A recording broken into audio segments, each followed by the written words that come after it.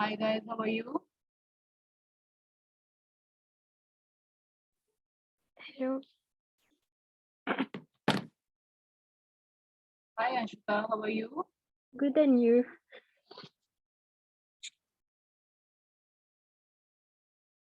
Hi Devina, how are you?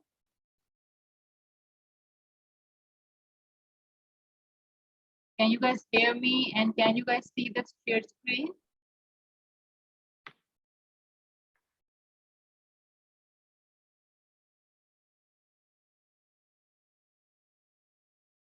I'm good.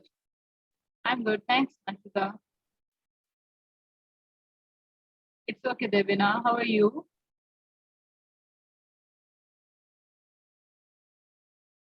Okay, that's great.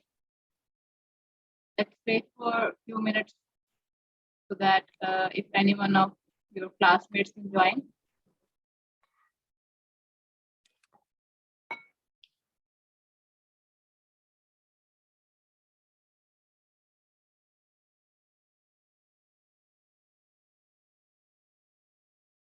Until then, you can until we are waiting for the classmates.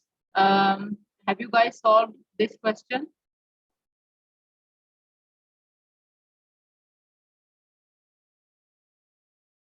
Devina, have you solved it?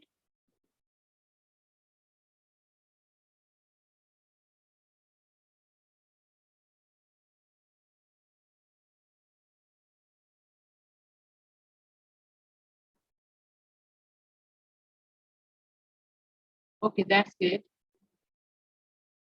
Let's wait for a few more minutes.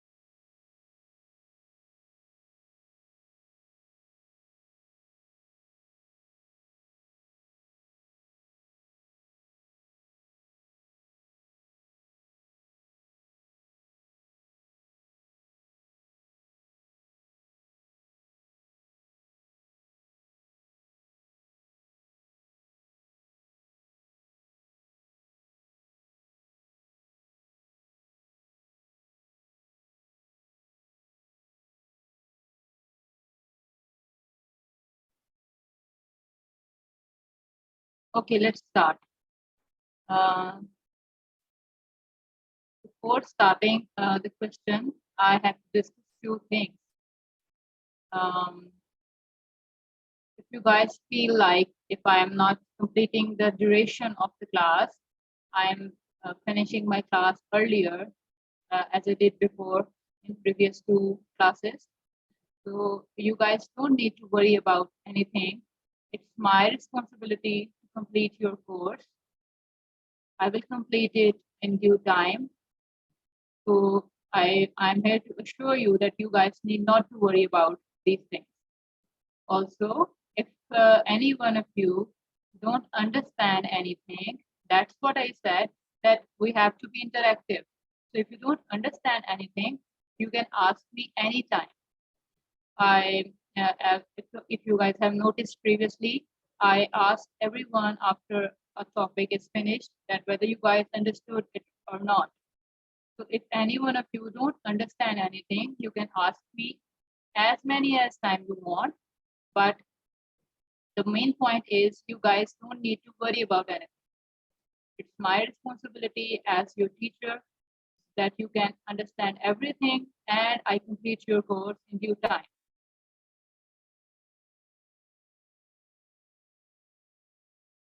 So any issues?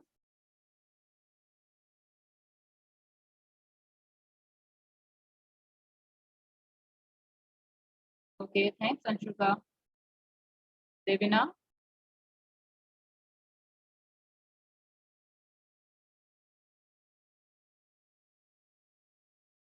Devina, do you have any issue? Do you understand everything? And do you have any issue with time? What's the issue? Okay, no issue. Thank you. Okay, now let's come to the question. Can you please tell me what were your answers? What is the prime cost of the service? What you have calculated?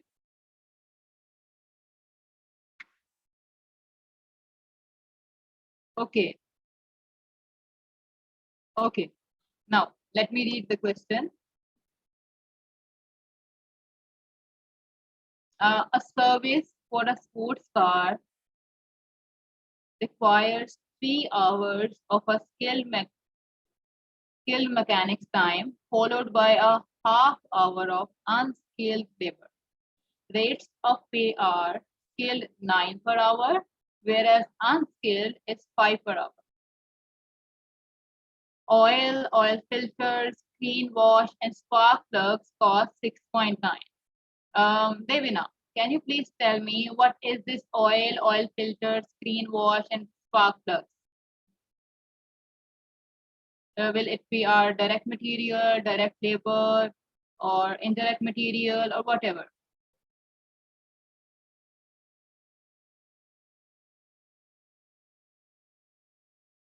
Okay. Okay.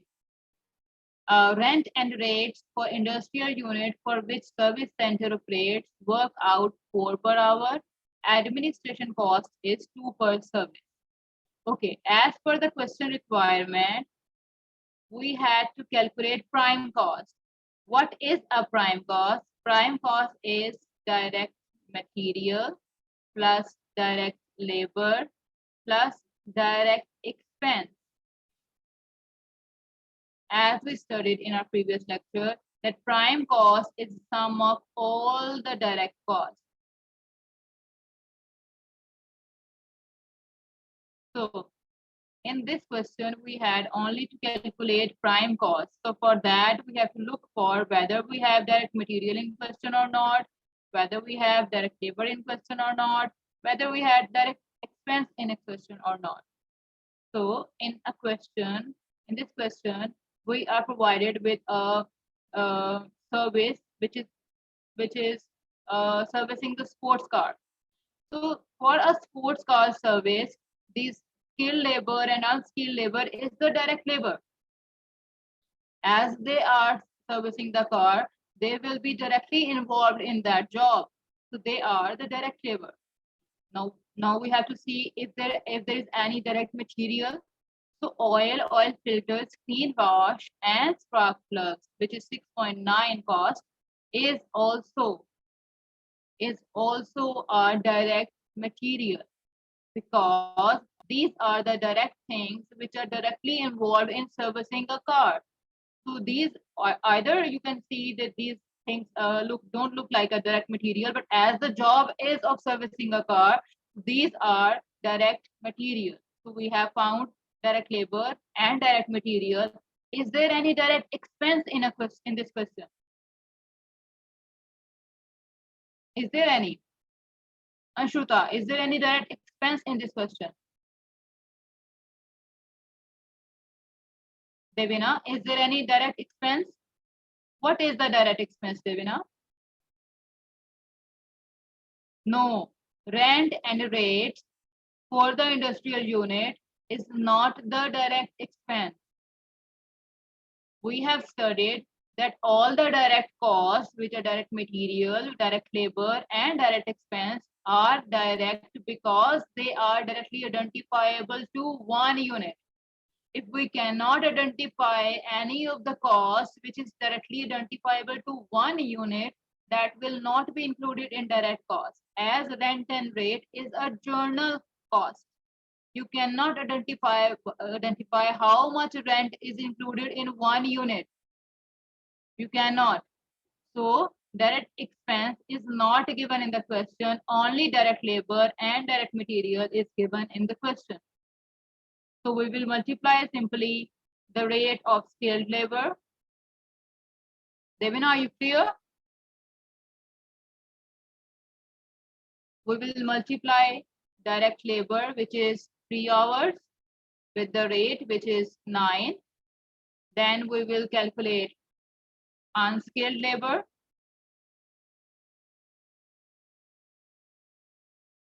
which is 0.5, half hour, as it is half hour, we can say 0.5 multiplied by 5. And we have the cost of direct material, which is 6.9.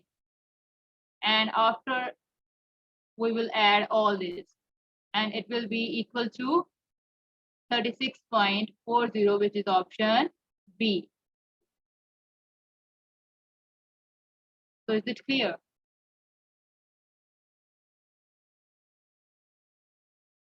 Usha, have you solved this question previously? Yes, ma'am. What was your answer? It was B. It was B. That's great. Okay. Yes. Okay. You were late before you joined the class. We discussed few issues. And let me repeat that. If you guys have any issue regarding me completing not completing the duration of the class, finishing the class earlier, then you guys don't need to worry about this, as it's my responsibility to complete your course in due time. Don't worry about that. I will assure it that I will complete it in due time. Also, if you guys don't understand anything during the class, you can ask me as many as time you want. So, Usha, do you have any issue? No issues, ma'am. Okay, thank you. Now, let's move forward to the next topic. Is it clear? Is this question clear to everyone? Yes. Okay, now let's move to the next topic.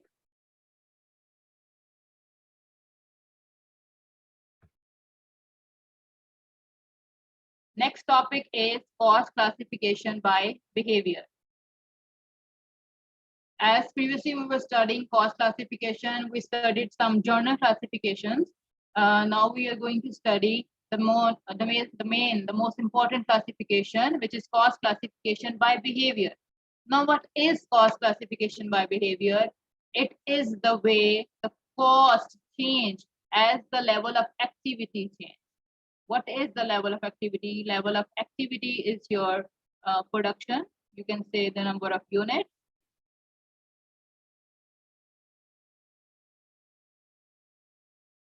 So if the cost changes, it can be an increase, it can be a decrease with the number of units. As the number of units increase, if a cost increase or not, how the cost behaves with the change in the level of activity, this is what we will study in cost classification by behavior. So under this heading, we have 4 costs, which are as follows: fixed cost, variable cost, semi-variable cost, and step fixed cost. We will study one by one each one of them, and we will see how these costs behave with the change in the level of units. Number one cost is fixed cost. As the name mentions, it is a fixed cost. But let's see how this cost behave with the change in the level of activity. We will study each cost in two ways. We will study each cost in two ways, which is total and per unit. We will see how the cost behave in total and how the cost behaves in per unit with the change in the level of activity. So as the name is mentioned, fixed costs do not change in total by the increase or decrease in the activity level. As in the previous example, there was a rent. So rent do not change with the level of activity. If you're not making anything in your factory, if your workers are on strike, if your workers on holiday, on vacations, still you are paying the rent. Whether you make 1 unit in that factory or you make 1,000 units in that factory, will the rent change or not? Will the rent cost change or not?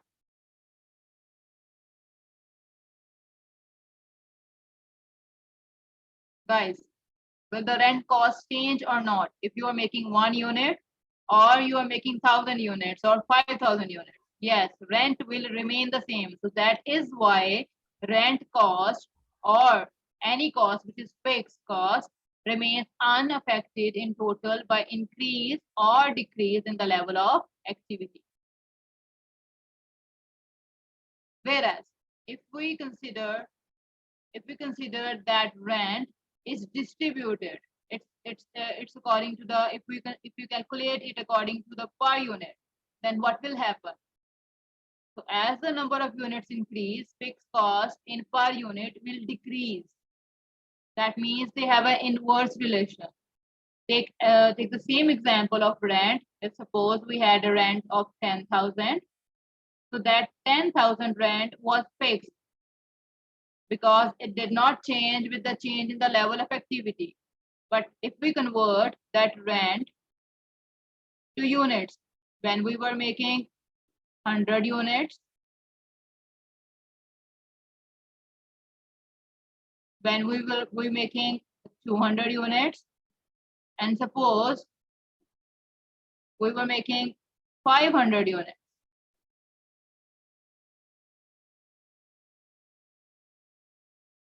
So what will be the rent? What will be the answers?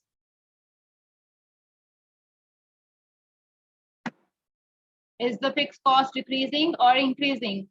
Can you guess?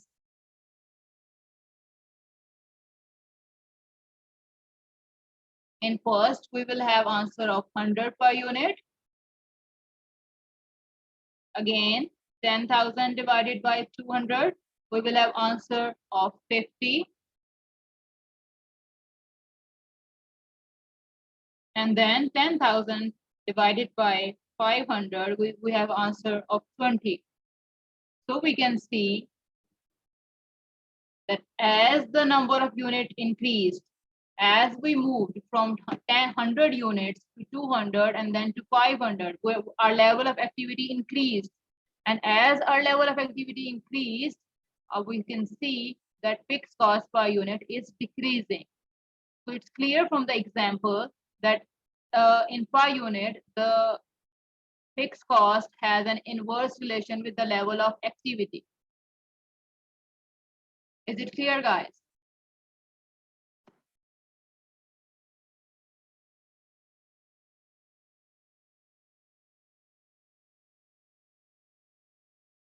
Usha, are you clear? Okay, good.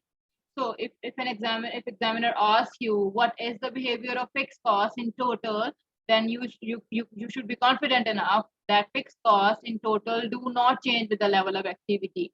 Whereas if there is a question about fixed cost per unit, then you can say that fixed cost per unit decreases as the level of activity increases.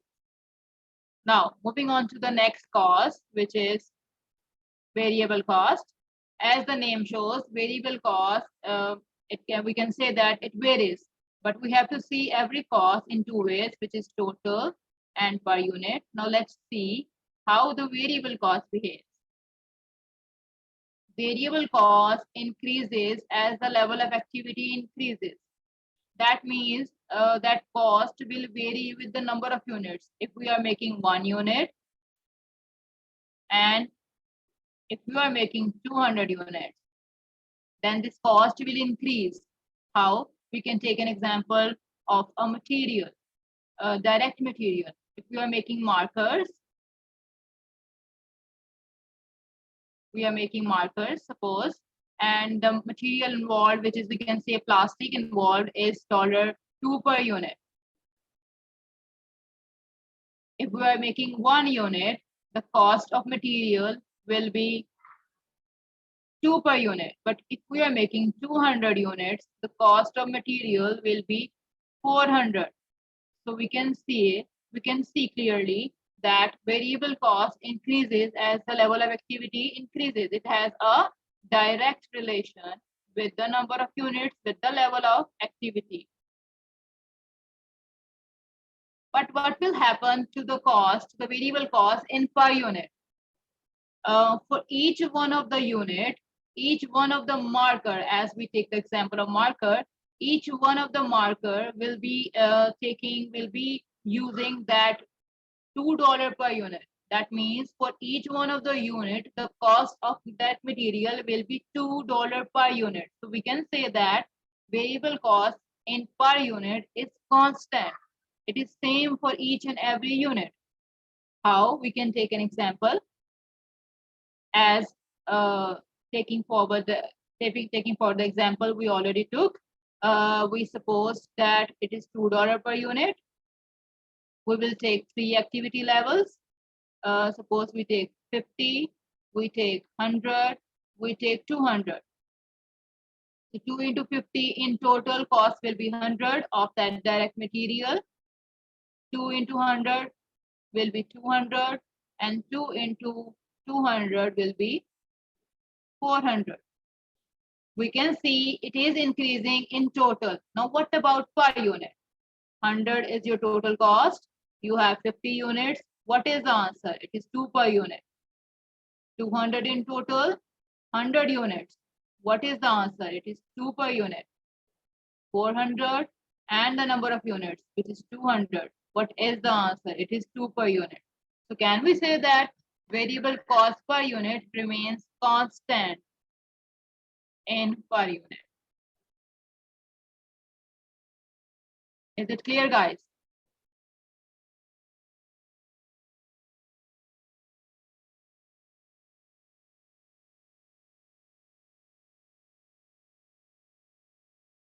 Okay, good. Devina, are you clear?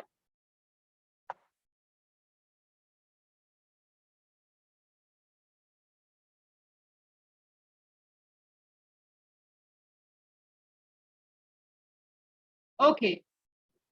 Okay, we can take another example.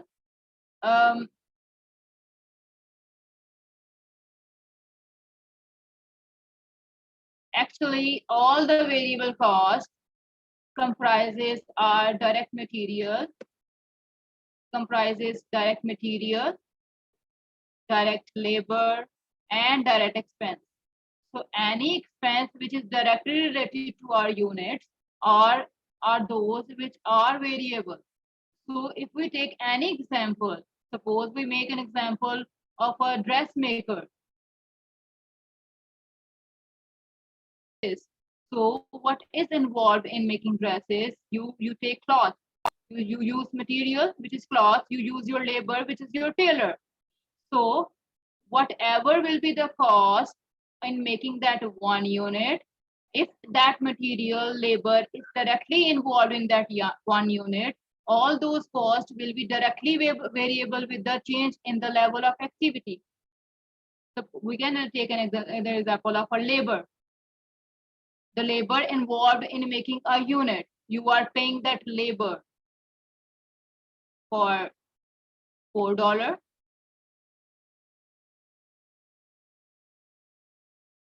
So each and every labor will be getting $4 for that 1 unit. But as the number of units increase, the cost will increase. But for each individual unit, the cost will be constant.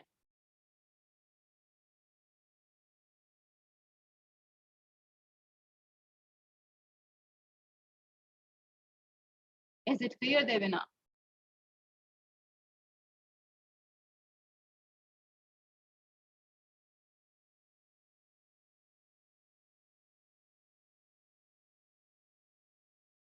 You can think of anything which is being made.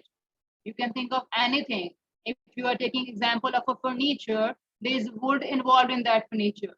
So the wood involved in that furniture, suppose you take an example of a table, and table cost, the wood cost $10 for that one table. If you make 100 tables, the cost will increase. If you make 200 tables, cost will increase. But for the cost for each one of the table will be 10 per unit.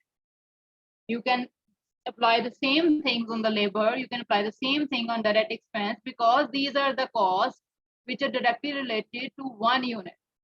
As the number of units will increase, your cost will increase. But in per unit, it will be same. Is it clear, guys? Can I move to the next cost? Okay, good.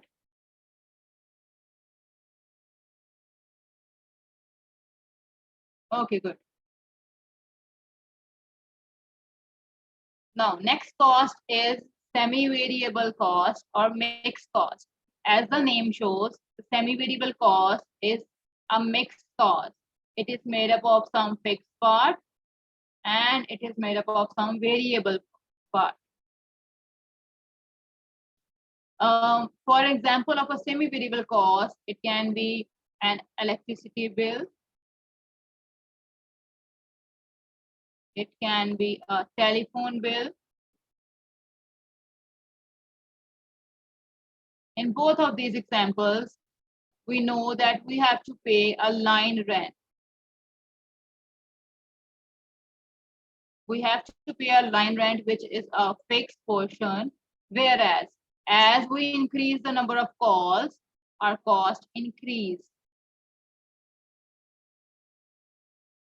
Similarly, if we use more electricity, if we increase the number of units of electricity, we have to pay more bills.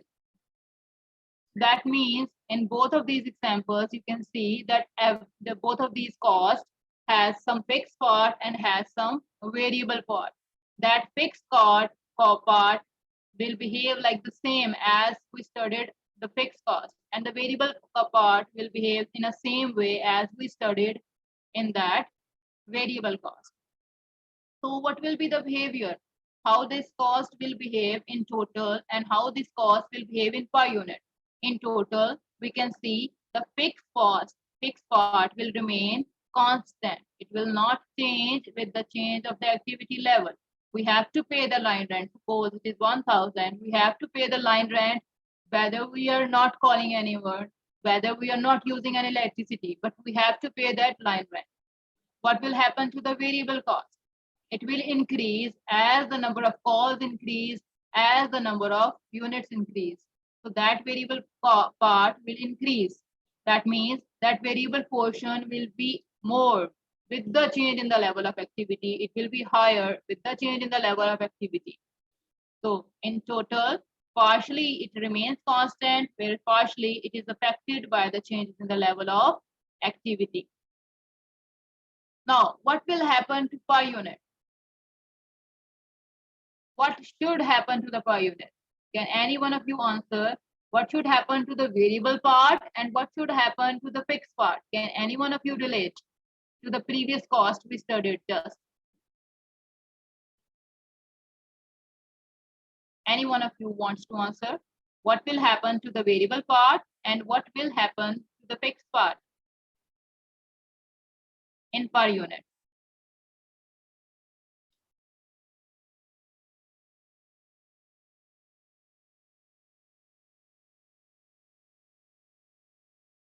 No one wants to answer?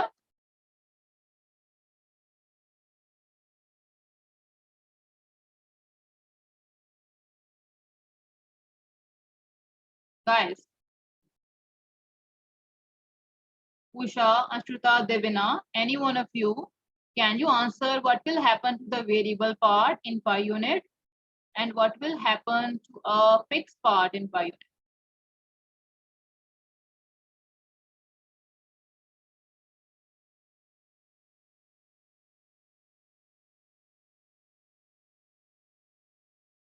Guys, can you hear me?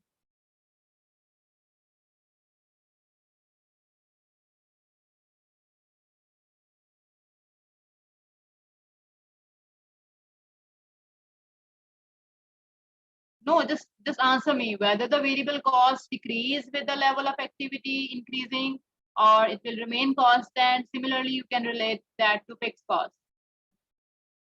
Okay, Usha is saying variable cost will change in per unit.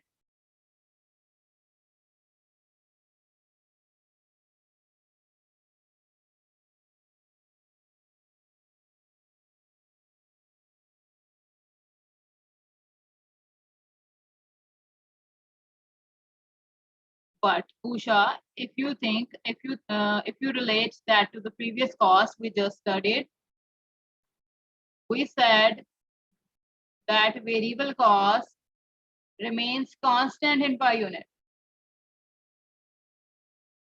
We studied just that variable cost will remain constant in per unit, and similarly we studied that fixed cost will decrease as the level of activity increase. So that same thing will happen in semi-variable cost when we will move to the per unit portion. That fixed portion, when distributed among the units, it will decrease, whereas the variable portion will remain constant.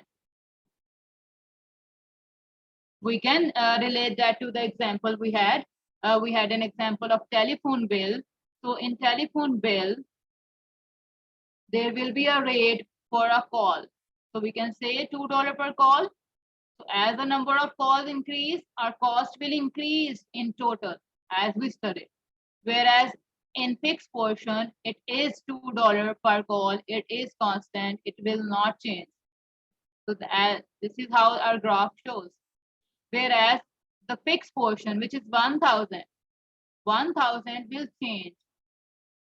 1,000 will decrease as the level of activity increase. If we make 10 calls, if we make 50 calls, if we make 100 calls, we can see that our cost will decrease as the level of activity will increase. Is it clear?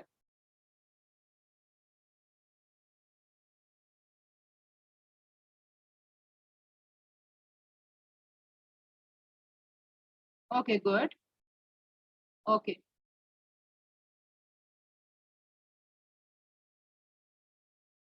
Now, let's take an example because we need to understand semi-variable cost very much clearly because it will be relating to the further topics. So we will take an example. We will take the same example of telephone bill and we will convert it into figures. As I told, we have to take an example of some level of activity. Suppose we have some 3 level of activities, which is 100, 200, and 300. We have to take an example. We have to suppose that the fixed portion of our semi-variable cost is suppose 1,000.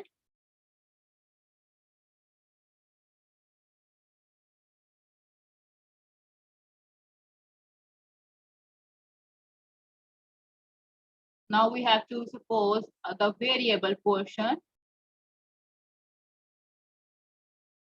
For that, we have to suppose the rate.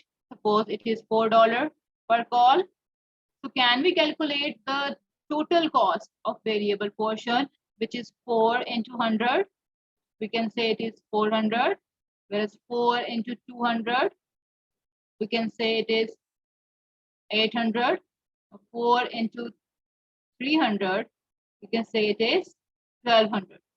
Now, as we said, the total semi-variable cost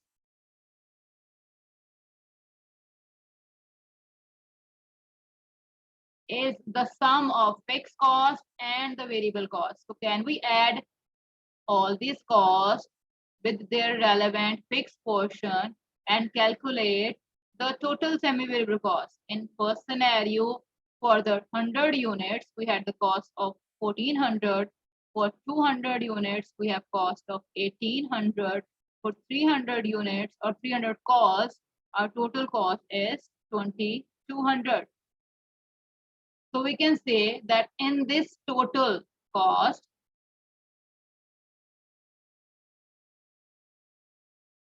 one thing is not changing, which is that fixed portion. But one thing is changing, which is that variable portion. So the cost is increasing, the variable cost is increasing, but that increase is due to that variable portion. Because we studied that variable cost increases in total as the number of activity increases, as the level of activity increases. So is it clear, guys? Semi-variable cost is clear to you guys?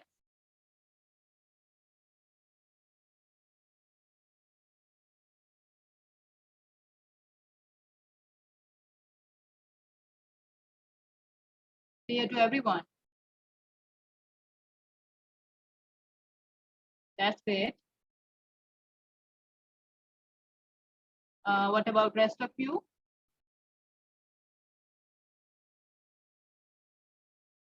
Devina.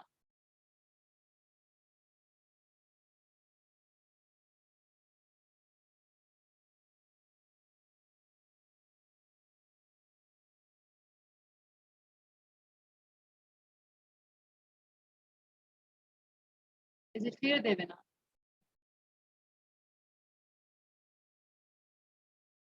Okay, no problem, Devina.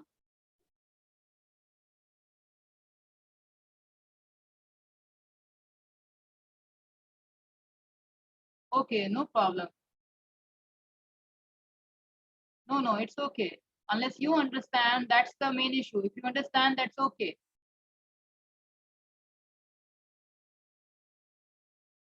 Okay, now can we convert? Now we should convert this variable cost into per unit. We will take the same example and we will convert it into per unit. We had 3 activity levels. We can 100, 200, and 300 are total cost. Now this total cost is total semi-variable cost. What were our answers? 1400, 1800, and 2200.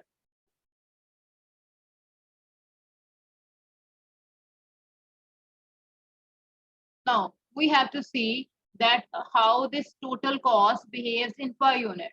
So can we divide this total cost with the level of activity, with the relevant level of activity? And we will see how this cost behave with the change in the level of activity. As the level of activity is increasing, we have to see what will happen to the cost in per unit. So 1400 is the cost and 100 is the level of activity. So can we say that in per unit it is 14 per unit, or 14 per call, or 14 per anything you are relating it to. 1800 divided by 200 is 9 per unit. 2200 divided by 300 is 7.3 approximately.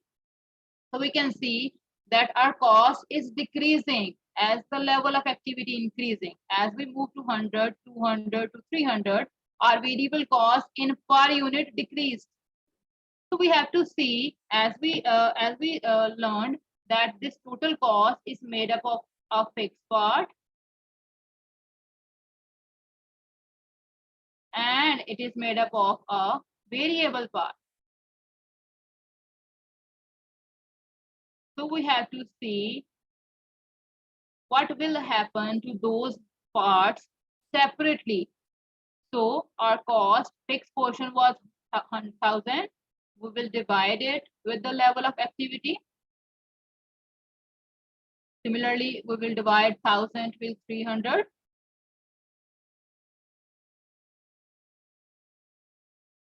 Same process we will do that to the variable portion. Our variable cost was 400, 800, and 1,200. We will divide that with the relevant activity level.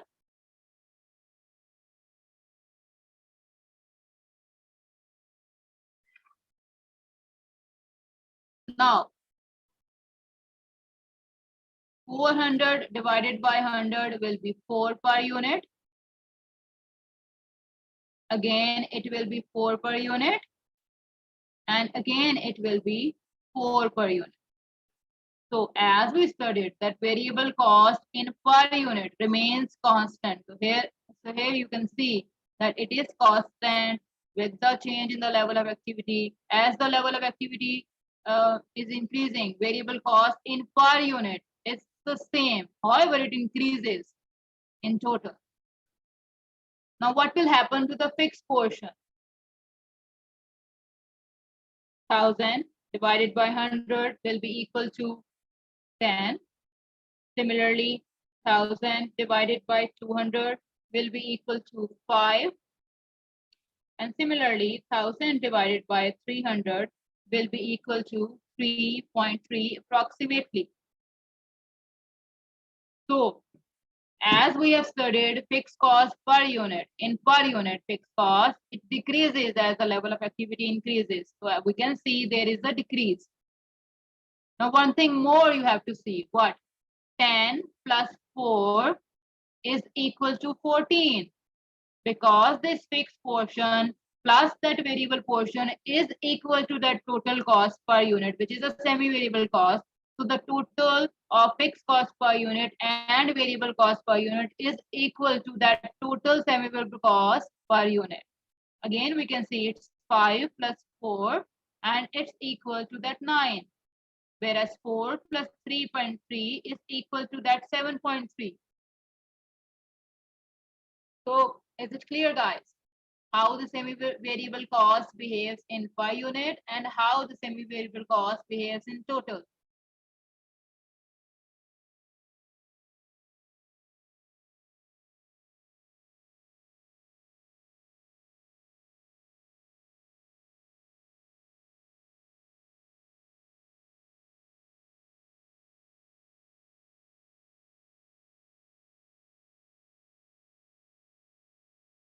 Okay, good. Now, one more thing we have to see. Can we say that a semi-variable cost in total, that total semi-variable cost is equal to fixed cost plus a variable cost per unit multiplied by level of activity? Can we say that? Can we say that?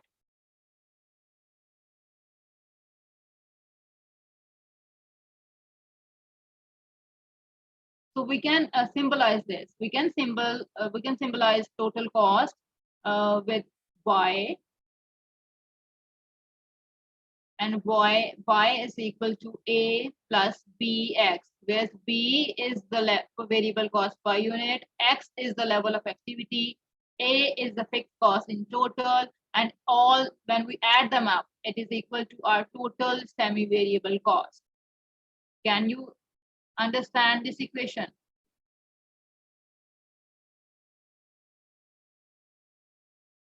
Yes. Okay, good. Now, moving on to the next cost, which is a step fixed cost. Now, how the step fixed cost will behave?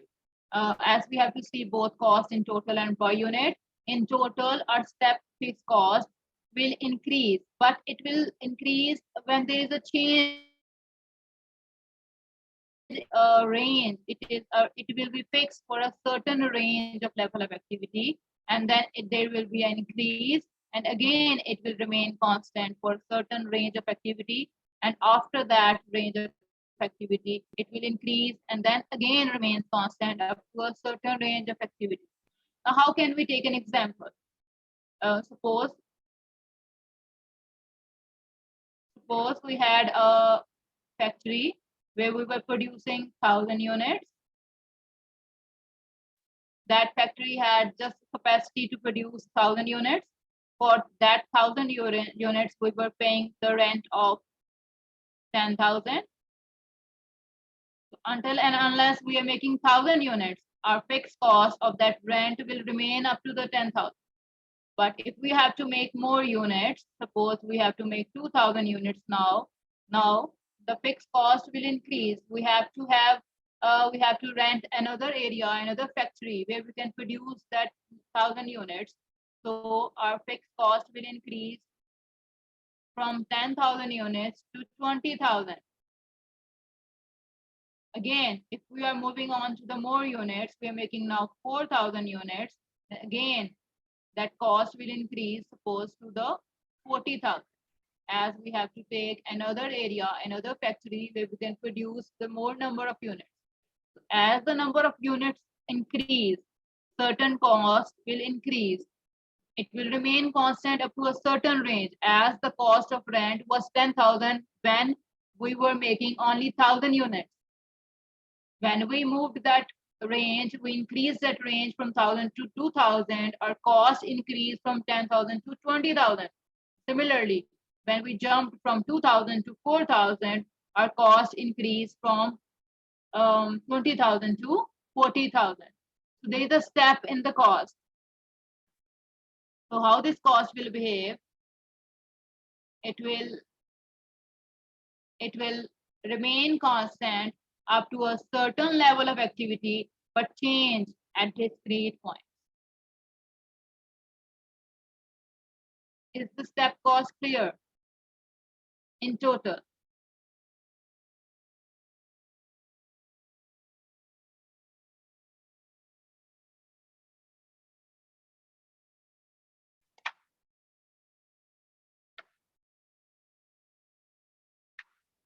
Please kindly response. Kindly response, everyone, please.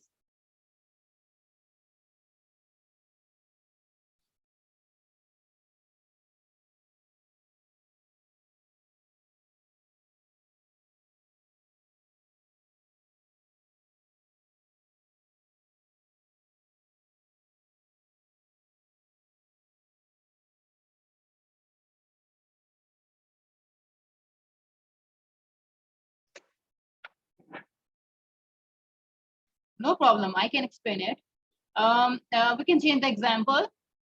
Suppose you can take an example of a supervisor wage, supervisor salary.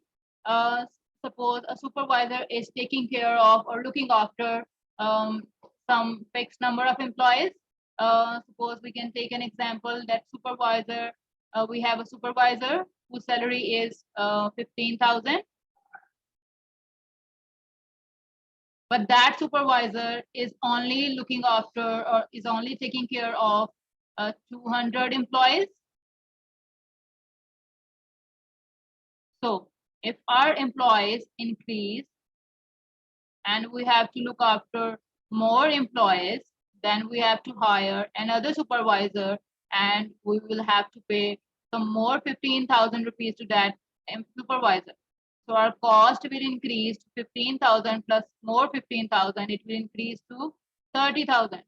If we had 200 employees, our cost remained constant up to 15,000. But if we move to more number of employees, more activity level, more range of people, then we have to pay more money to the supervisor. So our cost, that fixed cost, increase to another level. But it will remain constant. It will remain up to the 30,000 unless and until we have 400 employees. If we will have to look after more employees, we will have to hire another supervisor and we will have to pay another fixed portion of salary to that supervisor. It has discrete points. It remains constant up to a certain range. Then there is a step. Then it again remains constant up to a certain range. Is it clear, Usha?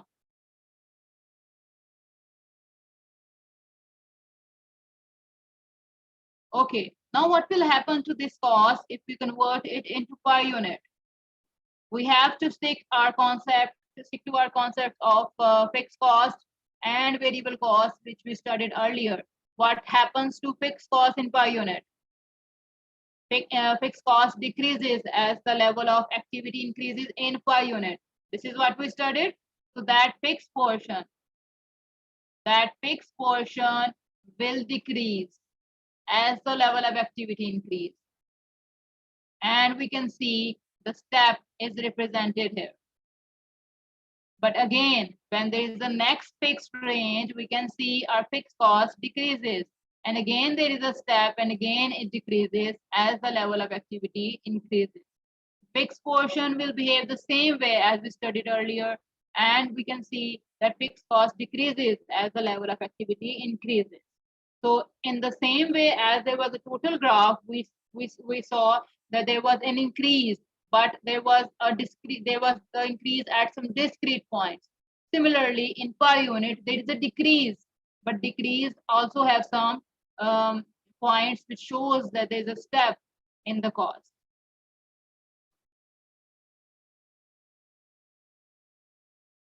Is it clear, guys?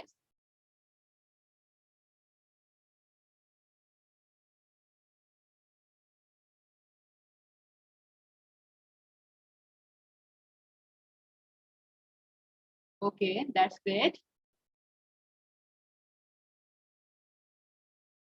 Now let's do some questions.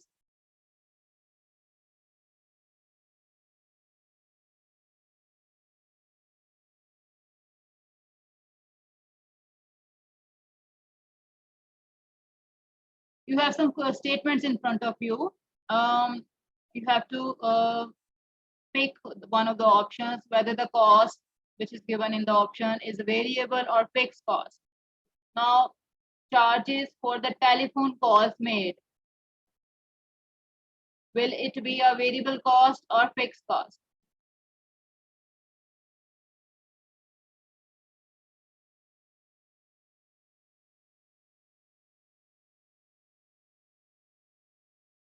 Very good, Anshruta and Devina. As we studied that as the number of calls increase, our cost increase in total. That means that the more calls, the more is the cost. So the charges for telephone calls is a variable cost. Now, what will be the charges for the line rental of a telephone? It will be a fixed cost. As we studied that we have to pay a line rent, whether there is an activity level or not, whether we make calls or not, we have to pay that line rental. So that means that line rental do not change with the change in the level of activity. So it is fixed. What will be the answer for annual salary of a chief accountant? Will it be a fixed cost or will it be a variable cost?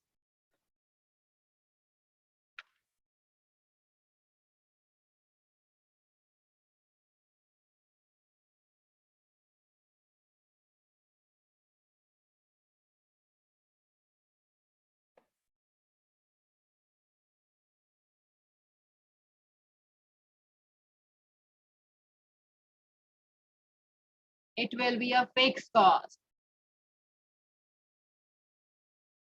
As the accountant will be paid, whether you make 1 unit or you make 200 units or you make 300 units, it is not related to that. So the salary of that chief accountant will be a fixed portion, and normally the salary is fixed. So the answer for the option C is fixed. Now what will happen? What will be the answer for managing director's subscription? Whether it will be a fixed cost or whether it will be a variable cost.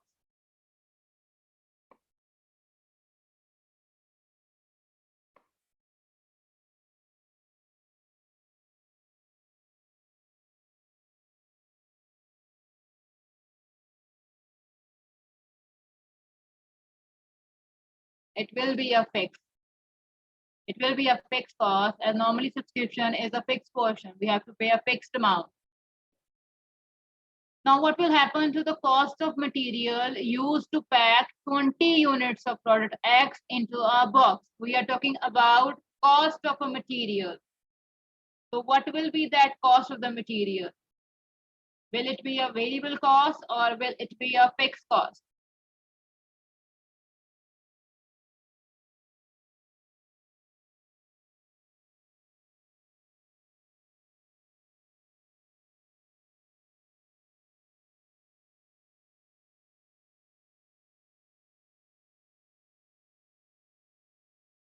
Guys, I'm not getting your answers.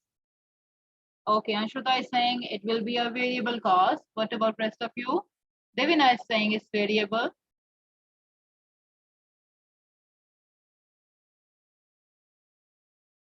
Usha is also saying it's variable.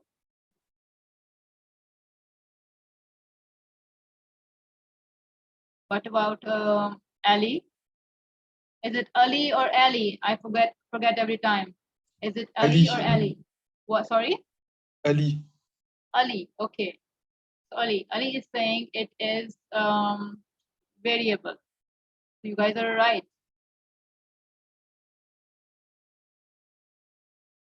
It will be a variable cost. Why? Because it's the cost of the material, and it will increase as the number of units increase. If you are requiring a material for 1 unit, then it will increase if we pack more number of units. So the cost of material is a variable cost. Very good, guys.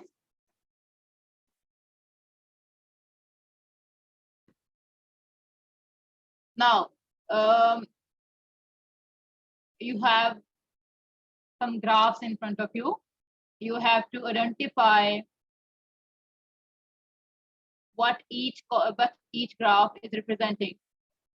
Study the following graphs. Vertical axis is representing total cost or cost per unit, and you have to answer the questions below. So there is graph 1, and there are some statements you have to identify. Where is the total cost graph, total fixed cost graph, where is total variable cost, where is total semi-variable, and so on. So total fixed cost graph is shown in which graph? We know that total fixed cost remains constant. So what could be the graph?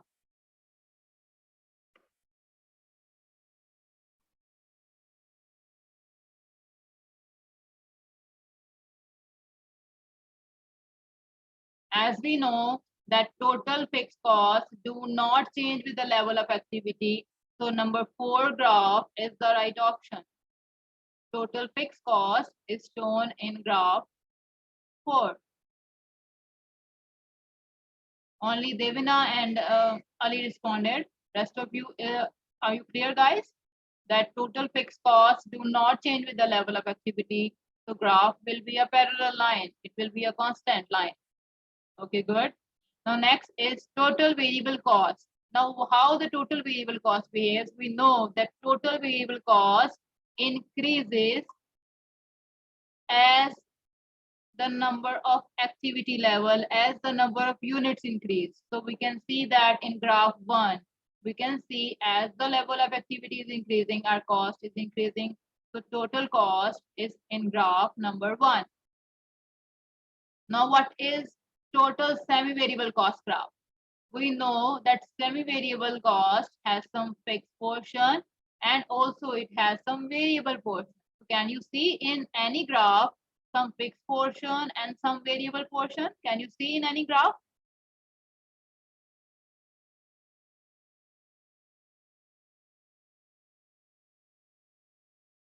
It is in graph 3. It is not in graph 5, as the graph 5 is starting from the origin. So that means there is no fixed portion. In this graph, we can see the fixed portion, and that is the variable part. So the total semi-variable cost graph is shown in graph number 3. Now fixed cost per unit. Where is the graph of fixed cost per unit? As we know that fixed cost per unit decreases as the level of activity increases. That means it has an inverse relation. So can you see any inverse relation in any graph? Yes, you guys are right. It is in graph number 6.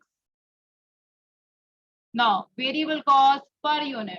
Now, what about variable cost per unit? How the variable cost per unit behaves? What are the variable costs? Direct material, direct labor, and direct expenses are some good examples of variable costs. So we know that direct material, direct labor, and direct expense increases as the level of activity increases, whereas each of that cost is constant in per unit. So variable cost per unit is constant for one unit. It is same for each one of the unit. So what will be the graph?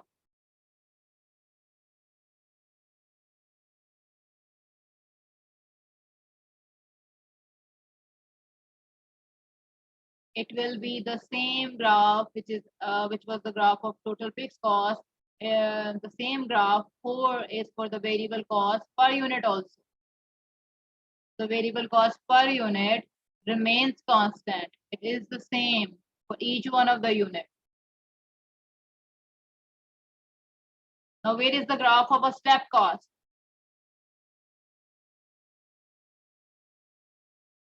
It is graph number 2.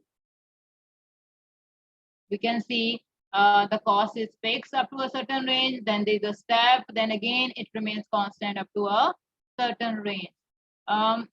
I am noticing that you guys are not clear about variable cost per unit.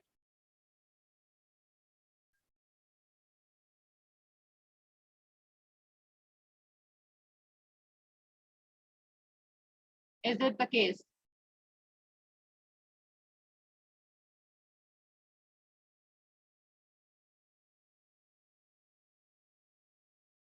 So you guys should be clear that variable cost in per unit is constant. Variable cost in per unit is constant.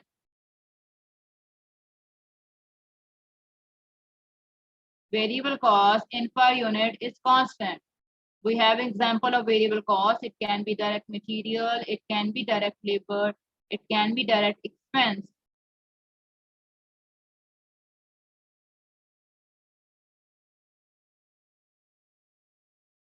Let's move to that example which we solved in the start of the class to understand the concept of variable cost again.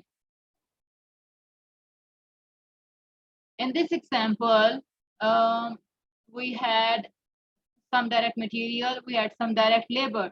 That cost of 6.9, that cost of 6.9 is a direct material for one card servicing.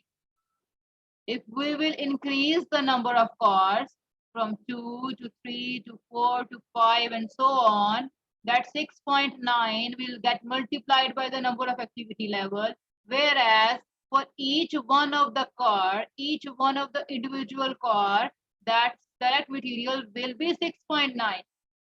That means this 6.9 is constant for each car.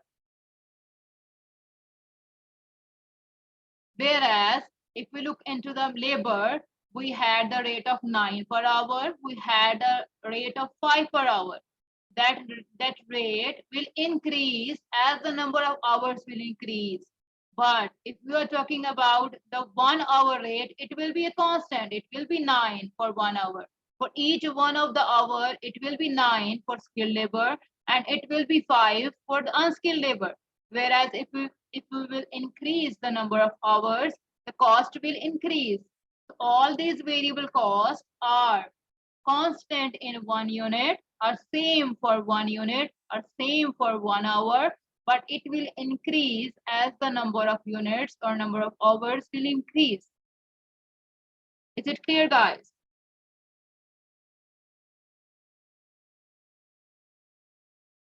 We also took the example of telephone call. In the telephone call, the variable portion was the number of calls. For each individual call, the rate was 4. But as the number of costs increase from 100 to 200 to 300, our total cost increased, total variable cost increased, but the rate for that each individual call is 4. We proved that in per unit cost, it was 4. It was 4 each time. Clear, guys? Is it clear?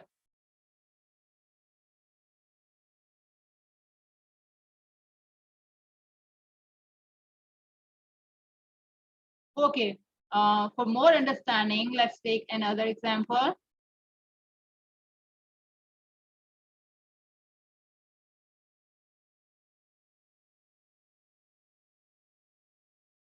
In this table, you have 4 costs, and you have that 4 costs in total, whereas you also have the data of cost per unit.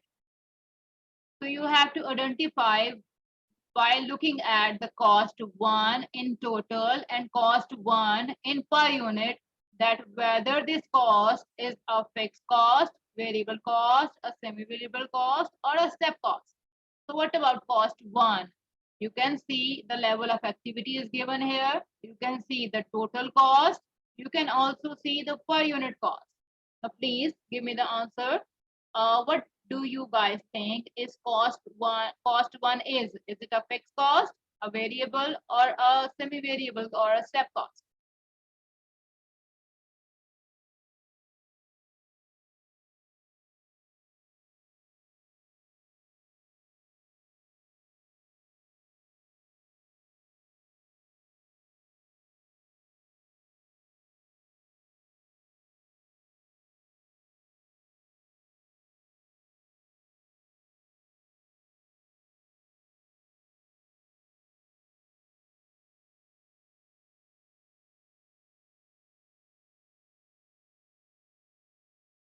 How you can say that it is a fixed cost? You know that fixed cost remains constant in total. You know that fixed cost remains, but we have to look into the both things. We have to see the behavior of the cost in total and in per unit. We have to combine the facts of both costs, whether it is constant in total and whether it is decreasing in per unit. We have to look for the both factors.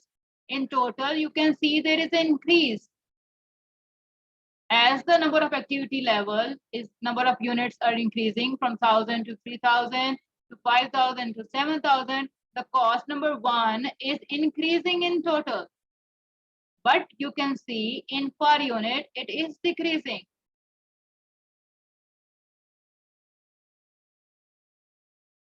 So which cost it will be? Anshruta, very good. It will be a semi-variable cost. We studied that semi-variable cost has some fixed portion, it has some variable portion. How we identified that this cost is a semi-variable cost? Because if the cost is changing with the level of activity, either it could be a variable cost or it could be a semi-variable cost. But we know that variable cost in per unit remains constant. In this cost per unit is not constant, it is decreasing. So where we saw that effect, we saw that effect in semi-variable cost. Semi-variable cost increases in total and it decreases in per unit. So we can identify by looking at both the cost in total and in per unit that this cost is a semi-variable cost. Are you guys clear about semi-variable cost from this example? So we have to look for the both things. We have to see the cost, how it is behaving in total, and we have also to look at how this cost is behaving in per unit. Now, please, now look clearly and look, please be focused about the cost number 2, how this cost is behaving in total and how this cost is behaving in per unit. Can you identify which cost is it? Which cost behavior is it?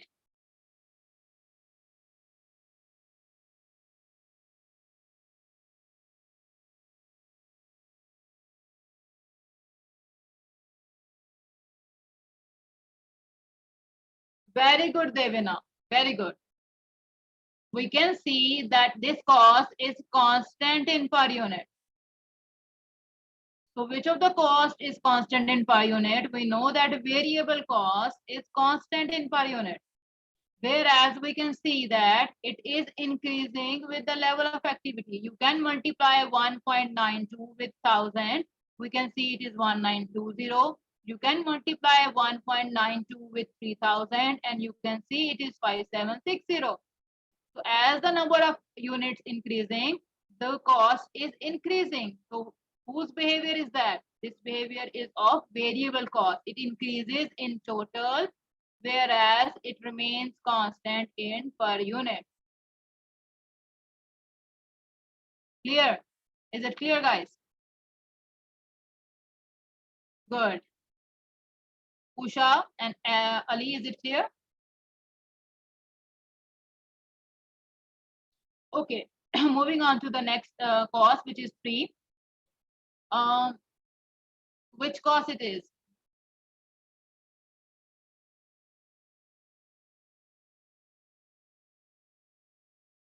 This should be quite clear. It is a fixed cost. Why? Because it is constant. It is constant in total. It is not changing at all. So we know that our fixed costs do not change with the level of activity, whereas we can see in per unit, it is decreasing. So this is our fixed cost behavior. It remains constant in total, whereas it decreases in per unit. Now what about the cost number 4? It is a step cost. As we can see, the cost is fixed up to a certain range of units. Again, there is a step and it remains constant up to a certain range of units. So in total, there are steps, increasing steps, whereas in per unit, we can similarly see a decreasing step. So this is our step cost. Clear, guys? Are you guys clear with the cost classification by behavior?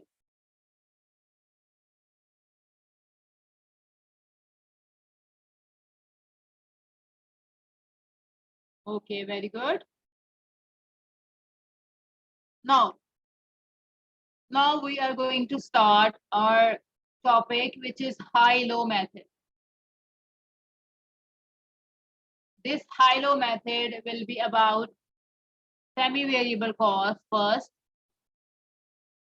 As we know that semi-variable cost, we have some fixed portion and we have some variable portion. So high-low method will help us to forecast. High-low method will help us to differentiate the total cost, which is a semi-variable cost. High-low method will help us to differentiate, to identify the fixed portion of that cost and the variable portion of that cost. As we studied that semi-variable cost can be related, can be calculated by this equation, which is y is equal to a plus bx, whereas a is a fixed cost, b is a variable cost per unit, and x is the level of activity,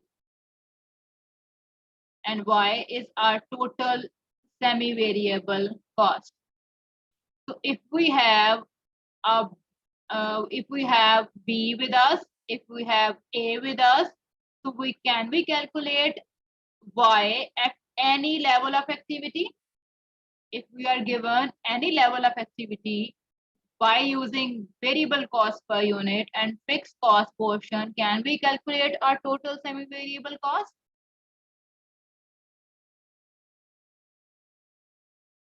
Guys, can we calculate it? Yes, we can calculate it. So the high-low method is all about this. High-low method will help us to identify the fixed portion and the variable portion, and after calculating the fixed portion and variable cost per unit, we can calculate our semi-variable cost at another level of activity, which will be given to you in your question. So now let's start. How will we carry out this question?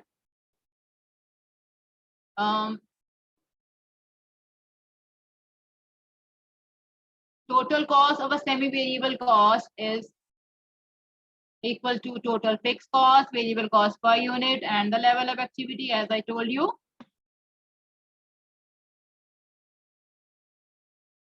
We have some steps. How will we differentiate? How will we identify the fixed portion? How will we calculate the fixed portion and variable portion?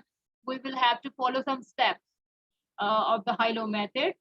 Step number 1 is we will have some different level of activities. Suppose we have some level of activities 1, 2, 3. Similarly, we will have the associated cost, and these costs will be semi-variable. So if we are given this different level of activities and different costs, what we have to do, we have to pick the highest and lowest level of activity and their associated cost, not the highest cost, not the highest level of highest cost or lowest cost. We have to first identify the highest level of activity and the lowest level of activity and their associated cost. After identifying the highest and lowest level of activity, we have to calculate variable cost per unit. How will we do that? We will do that with the help of the formula, which is cost at high level of activity minus the cost at lower level of activity. Similarly, dividing it by higher level of activity minus the lower level of activity. After solving this, we will get the answer, which will be our P of the formula. Y is equal to A plus BX. After solving this, we will get the variable cost per unit, which is P of that equation. Now, what we are left with, we have to find A. How will we find A? We know that total fixed cost remains constant for each level of activity. So we can take any of the level of activity and find the fixed cost by substitution. We can use higher level, we can use lower level, and we will calculate the fixed cost. How we will do that? We have the equation y is equal to a plus bx. So we will take, suppose we take high level of activity.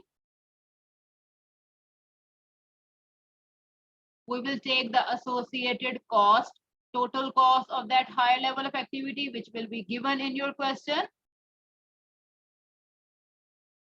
As we had calculated B, we will substitute the equation and find out the fixed cost. After this, we will be having our B as well as A.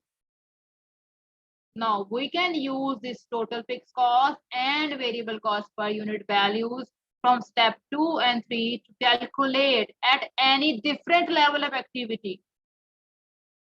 Because as we know that fixed cost in total and also the variable cost in per unit, both of them remains constant. So if we have any X, any level of activity, we can calculate our total cost. Now let's solve this with the help of an example.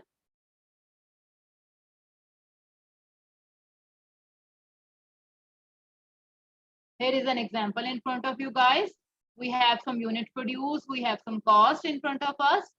So according to the high-low method, we have to identify, according to the step 1, we have to identify a highest level of activity and a lowest level of activity.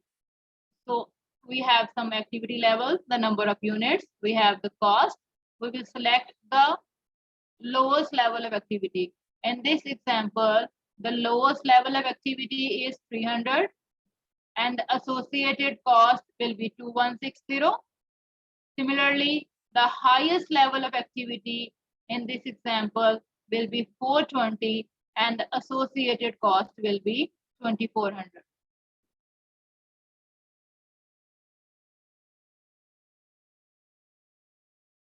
Have I picked the right ones?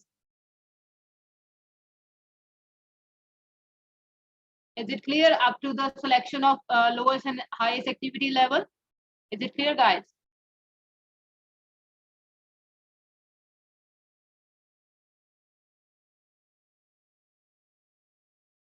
Okay, we have our lowest level of activity and we have our highest level of activity. What was the second step? Second step was to calculate variable cost per unit.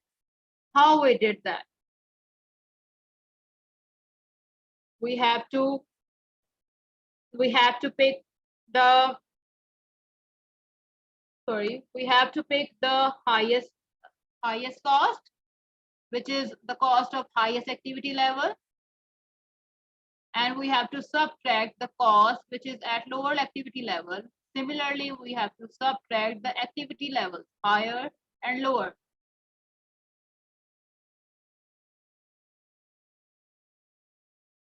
We will solve this and we will get the answer, which will be our variable cost per unit.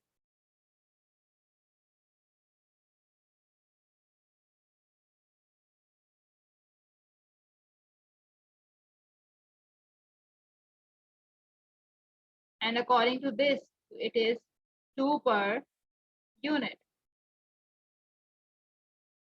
So that's how we will calculate our variable cost per unit. So our first thing is clear. We have B now. We have got B now. What is our B? It is $2 per unit. Is it clear, guys, up to the variable cost per unit?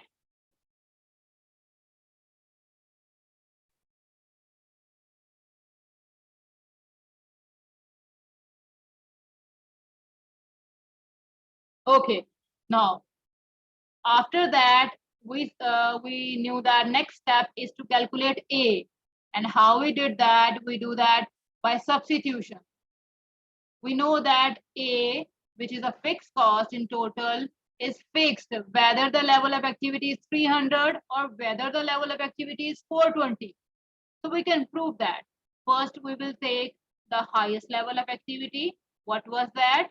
Our equation was y is equal to a plus bx. We have to calculate a.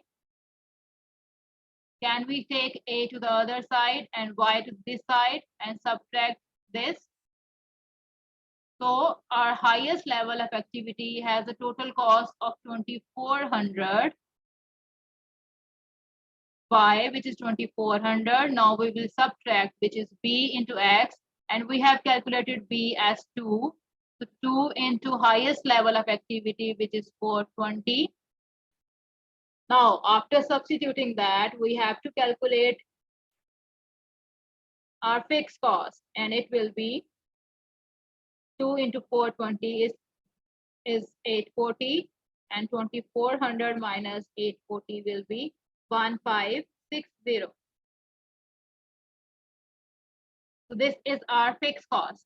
Now we have to prove that whether by using the lower level of activity, is it the same answer? It should be the same answer, as we know that fixed costs do not change with the change in the level of activity in total. So by taking the lower level of activity is 300 and that cost, we have to calculate whether our fixed cost is 1560 or not. So let's do that.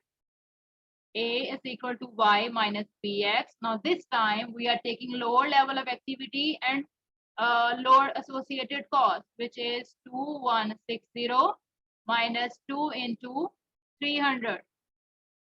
So after doing that, 2 into 300 and 2160 minus 600, it is again 1560. So you can use either one. You can use highest level of activity. You can use lowest level of activity to calculate A. So we have calculated it. It is the same answer. So we have got now 2 also. We have got our B also. We have got our A also. A is 1560 and B is $2 per unit. Now, if we have any level of activity, we can calculate the associated total semi-variable cost.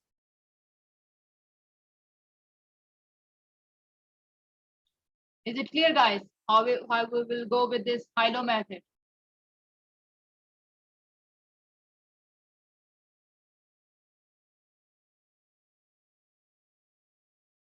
Clear to everyone, please?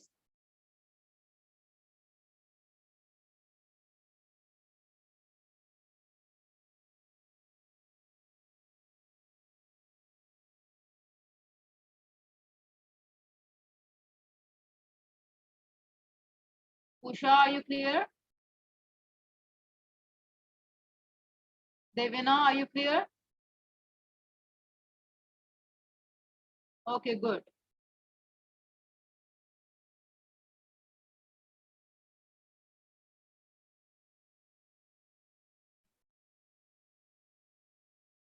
This is the same example I performed.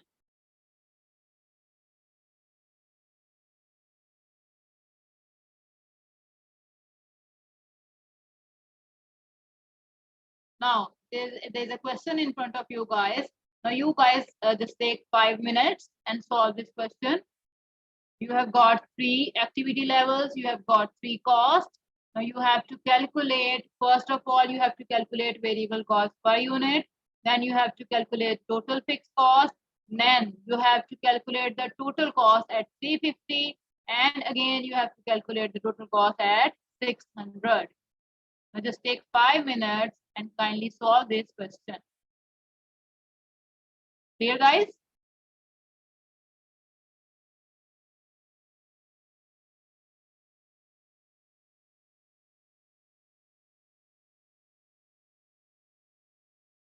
Okay.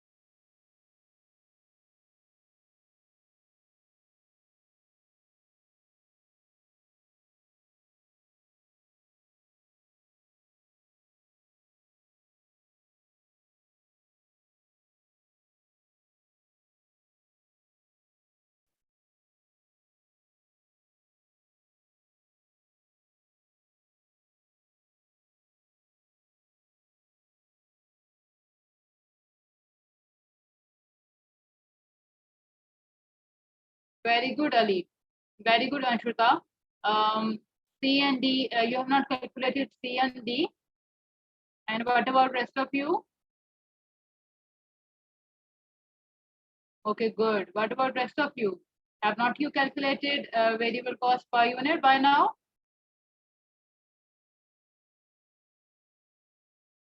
It is 10. Good. 2.6%. We have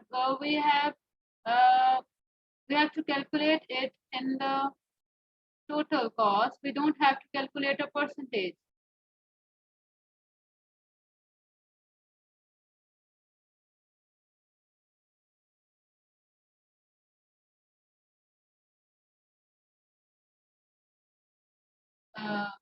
Devina, have you,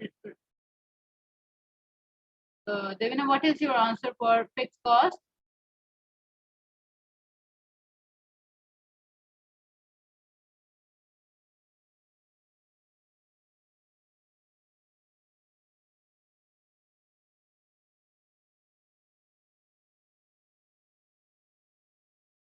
Okay, let me help you.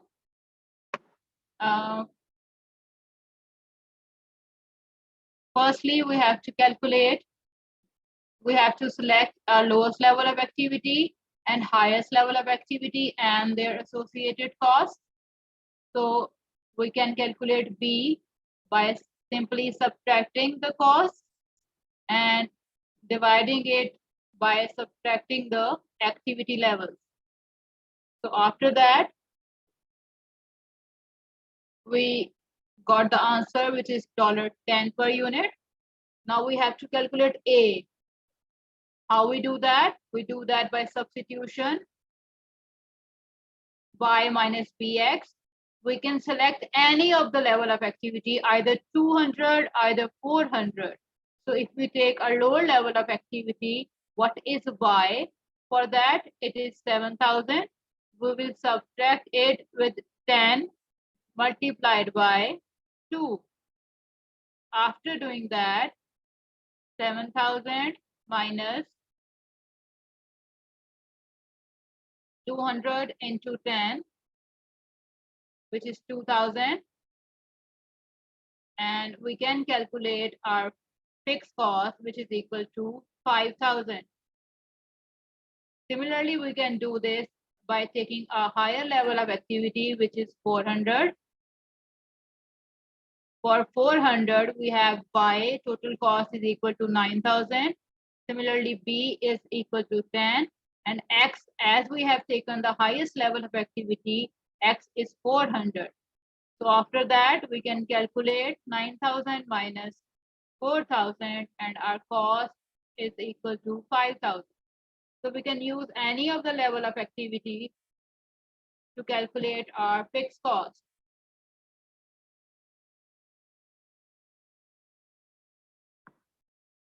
Is it clear, Devina?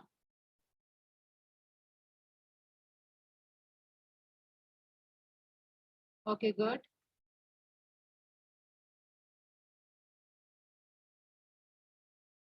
So I think everyone has calculated it rightly. That's good.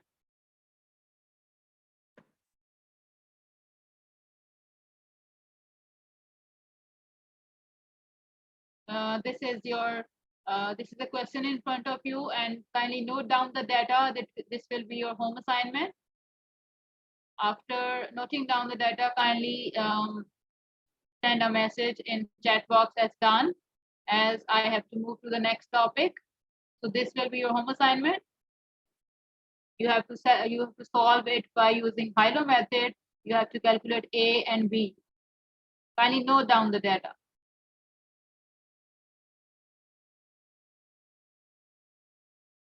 And once you are done, kindly message.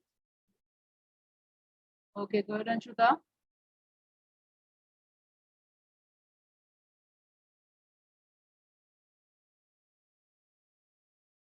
Okay, good. It's okay. You can also take the picture. That is a quicker way.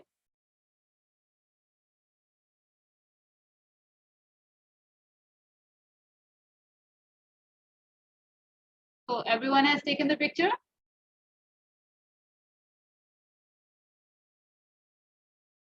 Okay, good.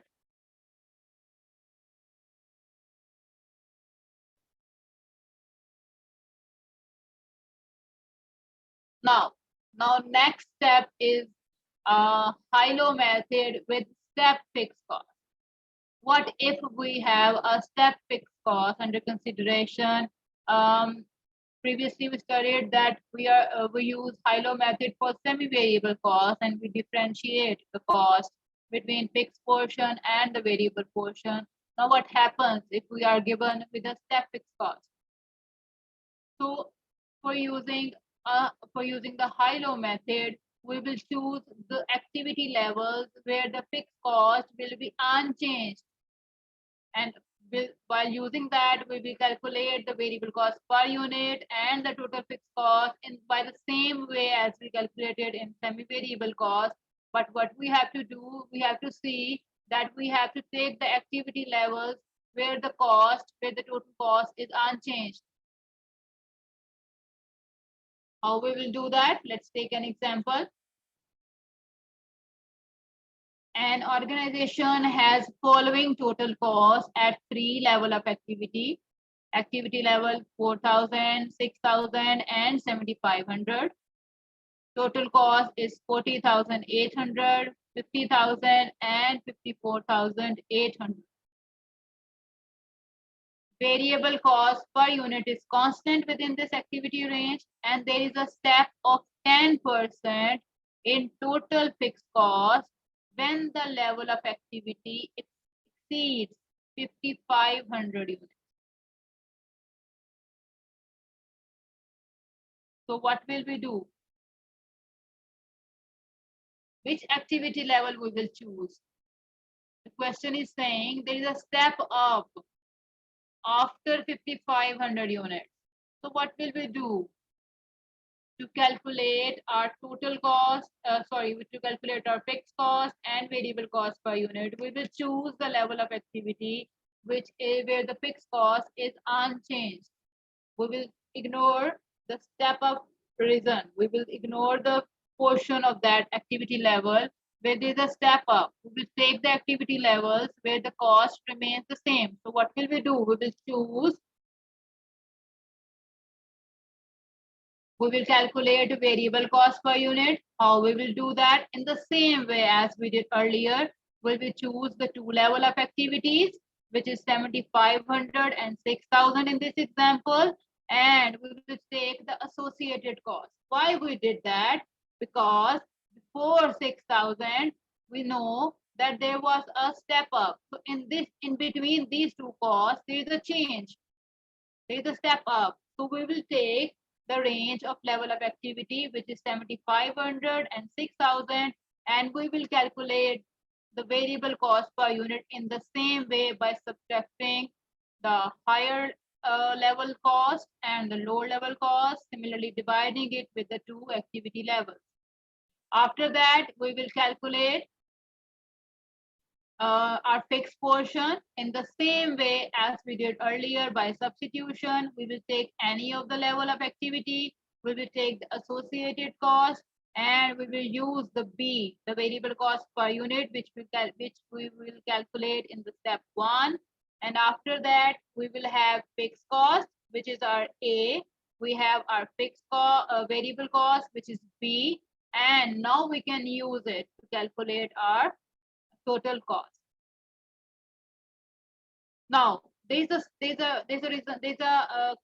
point in this question. What we can do that, as we were shown that there was a 10% step up.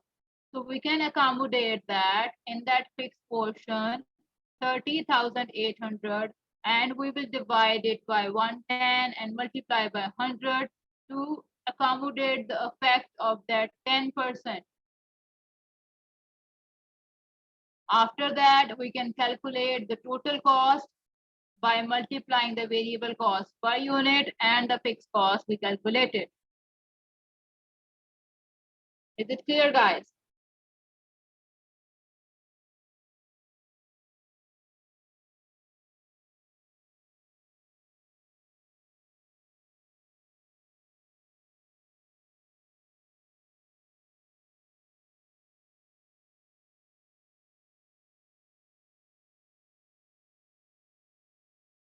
Okay, Devina and Usha. What about Ashruta and Ellie? Are you guys clear?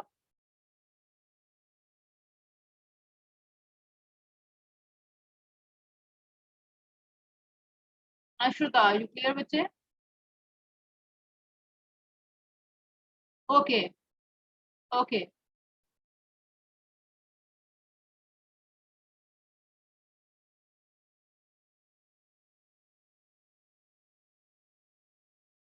For that purpose, this question is your home assignment. You have to solve this question so that you can understand how do you have to deal with the if there is a step in your question, if there is a step of cost. Now, in this example, we can see that as the volume increases, the variable cost per unit falls by 10%. This fall applies to all units, not just excess above 350. So in the same way as I told you in this example, there was a step up in the fixed cost. Now in this question, there is a fall in the cost in variable cost per unit.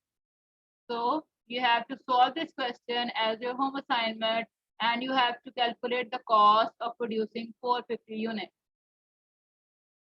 So you can note down the data or you can take the picture.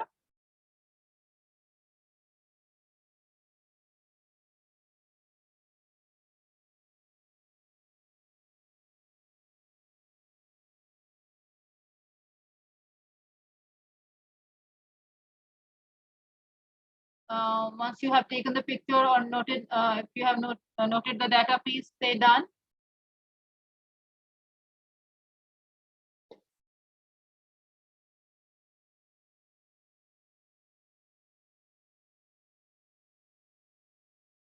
Okay, good.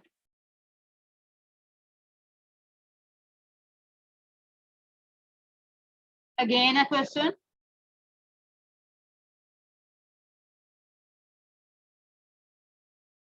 Please take the picture.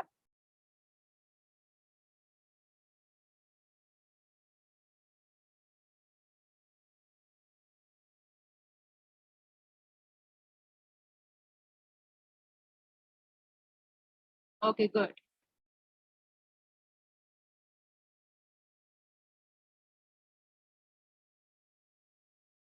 Okay, good.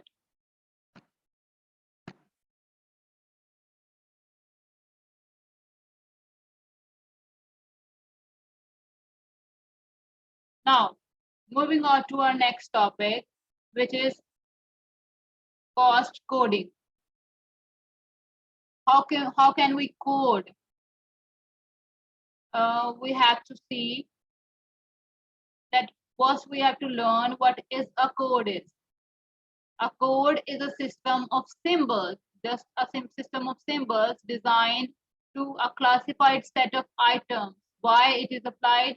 Because to give a reference so that it helps to enter the record, collation, and analysis so that you can make logical groups. You have some systematic alignment. You can have a code of the similar things in a similar way. So in that way, you can study your cost properly. So cost code is a code used in the coding system. Now, how you code that? When you have an invoice first time in your organization, then you have to identify that from which cost center that cost belongs. When you will identify the cost center, you will give a code. Suppose you give a code of 06, you had an expense of a certain cost center. We can see a canteen. After that, you have to identify that what type of expense it was. Suppose you have done some purchases,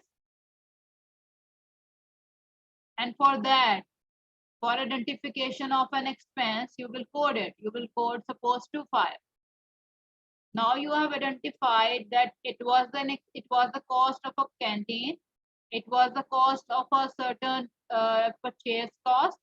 After that, you will identify that what specifically item of cost it was. Suppose we can say that certain purchases was of a frozen item, and you can code it accordingly 03. Now what is the cost code? It is 06, 05 and 03, in which 06 is representing your cost center, 25 is representing your type of expense, and 03 is representing your item of cost.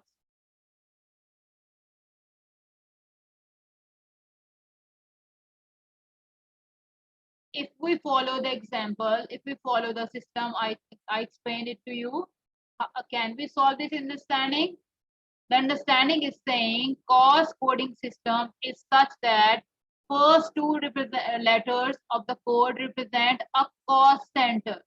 That means in making the code, firstly you have to identify what is the cost center. After that, you have to identify the type of expense. And after that, you will have to explain, you have to code according to the detail of expense, the specific item of expense. So as the example is saying, we have to identify a cost center, and we can see the cost center is an Eastern deviation. And in that Eastern deviation, the type of expense is a sale representative expense. So we can code it as EDS up till now. After that, the specific item of expense is petrol. So our code is EDSP. So can you code it properly now? Can you know what your code includes? It includes a cost center, the type of expense, and specific item of cost. Now that cost center is named the identification of cost center, and the code ED is represented as cost code, and the S, which is a specific type of expense, it represented as a generic code, and the item, the specifically item of cost is represented as a specific code. So by combining the cost code, generic code, and specific code, we make the code of whole transaction. Is it clear, guys?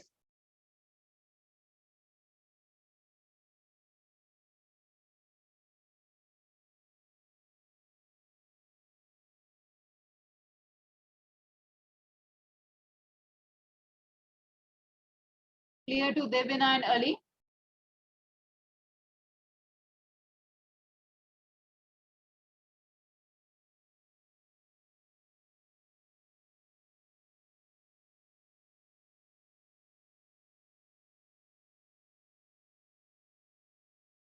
Devina.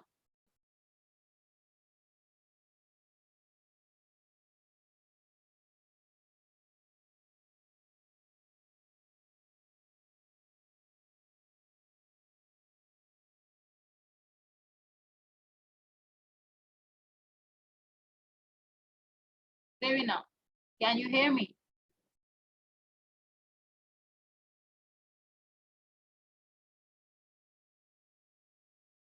Do you understand how we code?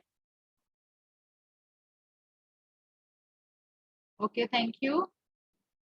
Now, after looking at the code, how we code, we have some coding systems. There are many ways to code cost, and we call them our coding systems. First one is a sequential code. As the name shows, it is a sequential code. We have to assign a sequence. It could be an numerical sequence. It could be an alphabetical sequence. So we can code, if we are coding numerically, we can say something is 001, we can say 002, 003, and so on. So we can code them in a sequence. Similarly, if we are coding alphabetically, we can code like A, B, C, D in a sequence. So sequential code is all about a sequence. We can code either numerically or alphabetically. Next one is the block code. What is a block code? Block code is a further categorization of a sequential code. In a block code, we have a range. We have a block of code. We can say that item is represented as an expense, has a range from 0, 0 to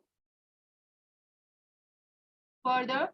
And after that, we have revenues under the code of 1000. We have non-current assets under the code of 2000, and current assets in the block of 3000, and liabilities and so on, and under the certain range, certain block.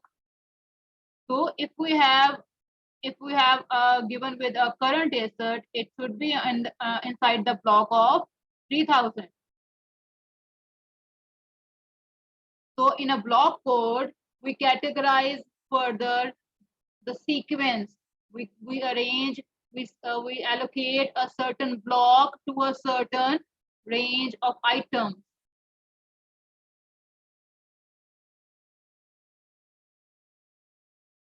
This means that it is possible to classify up to 1000 different current assets. What does that mean? That means that under the heading of 3000, from 3000 to 4000, we can have, or we can say from 3000 to 3999, there could be a classification, there could be a categorization of current assets. Similarly, from 4000 to 4999, we can have a long-term liability. So we have given a block of code to each of the items. Similarly, moving on to the hierarchical code. As we know, what does hierarchy means? It's a chain. So we can it's chain in which we have a higher section, then subsequently a lower section, and so on. We have a main set, and then we distribute it, classify it further into a smaller subset. As in your books, and you may have seen in your books, there is a main heading classified as 1, and further subheading as 1.1, and then further 1.2 and 1.3 and so on. So what is that? We have a main heading, and we are further converting it into more logical sets, more logical subsets, or we can say. So in hierarchical coding, each digit is a code. A code progresses left to right. Each digit represents a smaller subset. As an example, 1 is a revenue. So we can say 1.1 is the revenue from UK. Similarly, 1.2 is the revenue from USA, and so on. So what we did, it was the main heading of revenue, and we made the smaller subset of that revenue by converting it into a smaller code. Similarly, next coding is a significant code. A significant code is a code that contains individual digits and letters that are used to represent features of that coded item. For example, if example is given and used to describe packs of paper file dividers. Now you can see with the example, it is 2000 for paper file dividers, but for 10 dividers, it is converted into 2010. For 20, it is into 2020. And if it is 30 packs, then you can convert it into 22030. That means that 2000 is the code for dividers, and then 10, 20, and 30 represents the number of dividers in a pack. So what did you do? You gave a significant code to the individual dividers. You coded 10 pack of divider as 10, 20 paper file dividers as 20, and 30 paper dividers and 30. and so on. It could be 40 pack of dividers as 40, and for that it would be 2040. Further in the coding is the faceted coding. In faceted coding, a faceted code is in which you divide your coding according to the number of fields, or we can say a number of regions. Each one of them will specify some information. It will give some information. For example, in front of you, there is an example in which we have regions, we have departments, and we have expenses. And each one of them has a code. So if we are given with an example in which we have to identify the region of Europe having an expense of sales department of often salaries, then what could be the code? It could be 01, 01, and 024. So 01 will represent the region, the Europe area, and then afterwards it will represent the department, and afterwards the last part of the code will represent the salaries expense, and so on. Similarly, you can code the rest of the things. If you are given with an example of a region of Africa having some admin expense of bonus payments, then how will you code them? You will code them 04, 04, and 0247. 04 will be representing your cost center, admin will be identifying your type of expense, and bonus payments will be identifying the specific item of cost.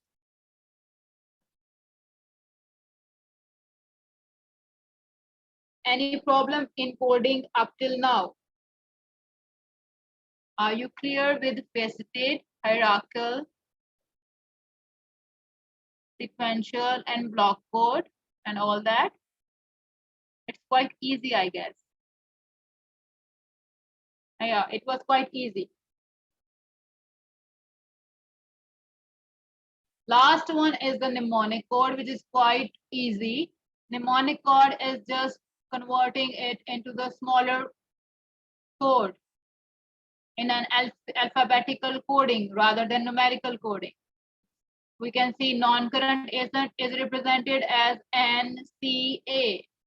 Similarly, expense can be represented by EXP, and revenue can be represented by RAV.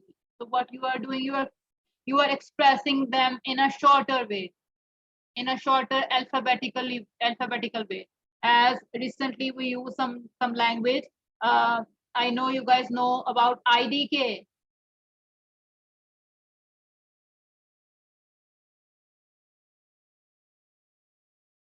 What is IDK while talking in text? Yeah, I don't know exactly. What is ASAP?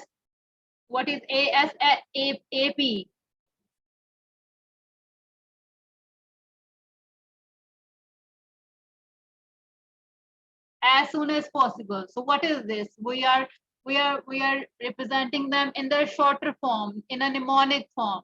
So that's how the mnemonic coding is. It's quite easy, I guess.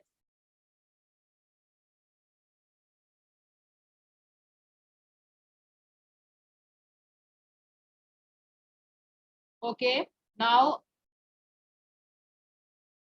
there's an example in front of you. You have to code it. The order of coding is side. Oh, sorry. The order of coding is side, expense, and function. And the transaction is an invoice from the York side for the travel cost incurred by a sale representative. Now, what will be the coding for side? Obviously, you will pick York, which is 300. After that, you will pick the travel cost, which is 500. And after that, you will pick the sale representative for code, which will be 630. So what will be the code? It will be 300, 500, and 630. So quite easy, I guess. Good. Okay, good.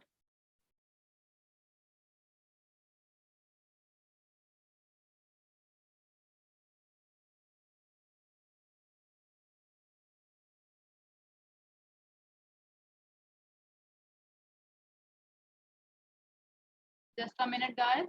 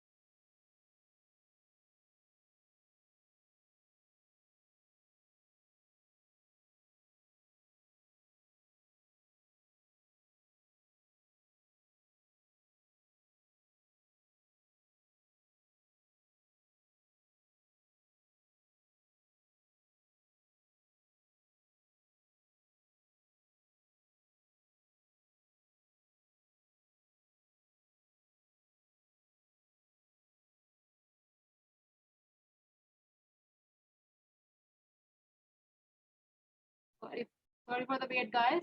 I had to attend a call. Sorry.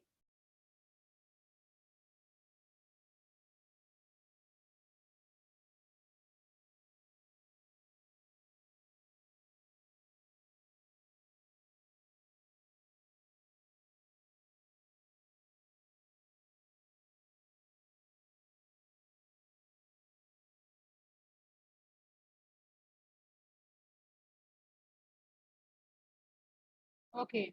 Now we are going to start our next chapter.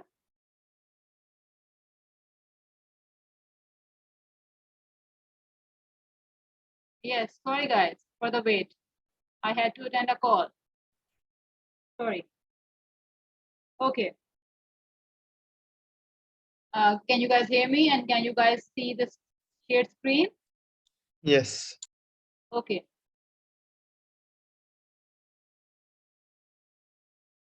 Okay, now we are going to start our next chapter, which is accounting for materials.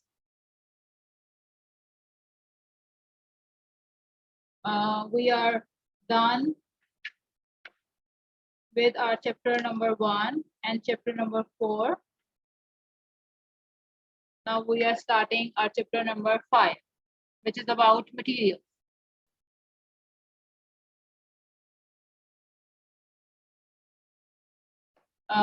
We will study each one of them one by one. We will study material first, then we will study labor, and so on. So now in this chapter, we have to see about material. We will see what is a store department and what are the functions of store department. We will learn about the material control cycle, the documentations required for that material recording, some inventory valuation methods.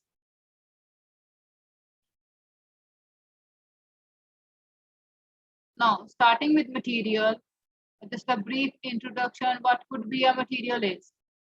Material can be classified according to the substances that make them up.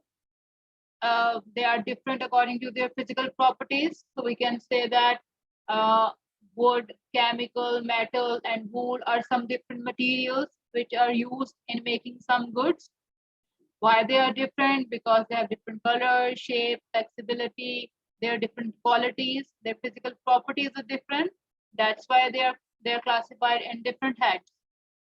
So material could be anything which is required for making something. It could be a cloth, it could be a plastic, it could be metal, and so on. Now, what types of material could be in an organization? They could be a raw material, they could be in work in progress, and there could be finished good. What is a raw material? Raw material is something which is in raw form, which is required to convert it into the finished good, into the final product. Work in progress is a thing which is semi-finished, which is not complete. And finished good is the final product. If we take an example of a raw material, it could be wood, which is required for making tables, as wood is yet not converted into good, is not converted into table. So wood is a raw material. Similarly, if you are making books, then paper will be the raw material. Similarly, if we have assembled the tables but not polished, that means tables are not ready for sale. If tables are not ready for sale, those are your work in progress. Similarly, if books are printed but not bound, that means it's not ready for sale. It is semi-finished. It requires some more conversion. Now, what are the finished goods? Are tables ready for sale and books ready for sale are your finished goods.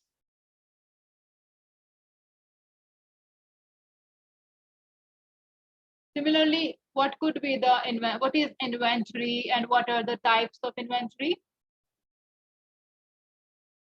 You have your material and you store them in some store or some warehouse. So the material stored in the warehouse or in the store is your inventory.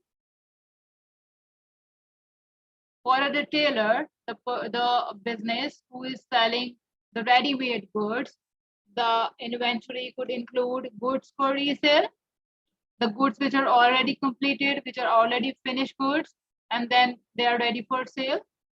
If we are talking about a manufacturing organization, then in a manufacturing organization, the inventory could have a raw material in that store or warehouse. It could have semi-finished goods. It could have finished goods in their inventory. Now, as we are talking about the warehouse, we are talking about the store where we are storing our inventory, then we have to see what could be the functions of a store department. Store department receives the goods. It issues the goods. It has to record it. And it has to store or it has to maintain those goods or that material. So we can say store department has 4 functions.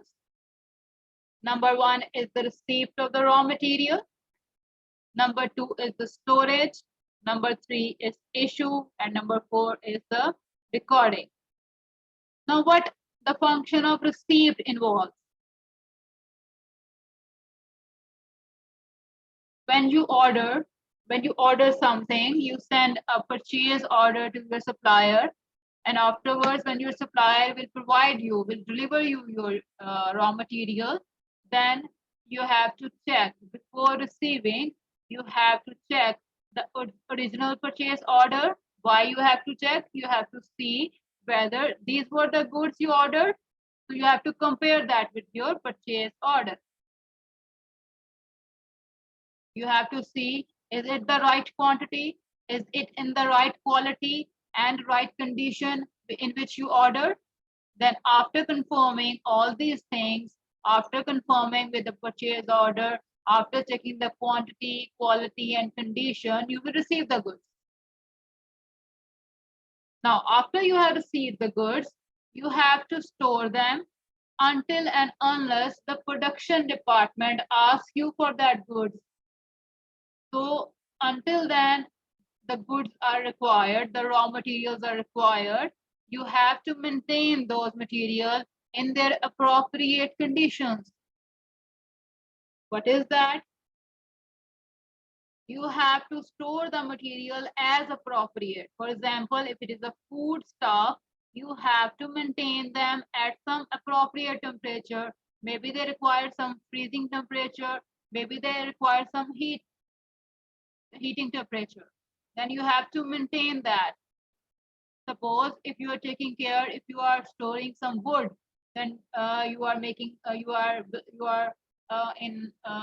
involved in making furniture, and you require some raw material, wood as a raw material. Then you have to store that wood in a condition that it does not get wet, it remains dry, so that it is feasible for production. It is safe for production. So the function of storage requires to maintain your raw material at an appropriate condition. Similarly, what is the function of issue involves? Issue means that what is the raw material in your store? You have to provide with correct quantity and correct quality when required. When production department asks you for some material, you have to provide them immediately so that there is no bottleneck in the production process. For that purpose, you have to maintain an efficient level. You have to keep the level up to that level of inventory so that whenever it is required by the production department, you provide them with the right quantity and the right quality. Now, last but not the least is the recording function. As you are receiving some goods, you are storing them, you are issuing them, so you have to keep the record. What is the receipt? What is the issue? What is in the balance? And what you have ordered? So you have to maintain all these things, and you maintain this record on bin card, which is the document maintained by the store department, in which they record the quantity of the material in that department in the store. So you can be asked with a question that whether there is a value in a bin card. No, there is no value in a bin card. They only maintain the record of quantity of that material in that store. What quantity you have received, what quantity you have issued, what is left on the balance, and what is on the order which you have ordered from supplier. Maybe you have not received yet, but you could receive it in some days. So you have to maintain the quantity on that bin card. So is it clear up till now? Are you clear about the store department functions?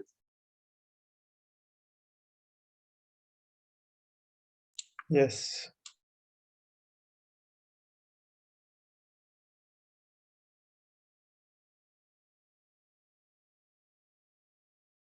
Okay, good. Now, next is our material control cycle. We have to maintain some control over the purchase. What is that control? Control means that we have to purchase only necessary items. We do not have to purchase things which are not required or which are not excessive.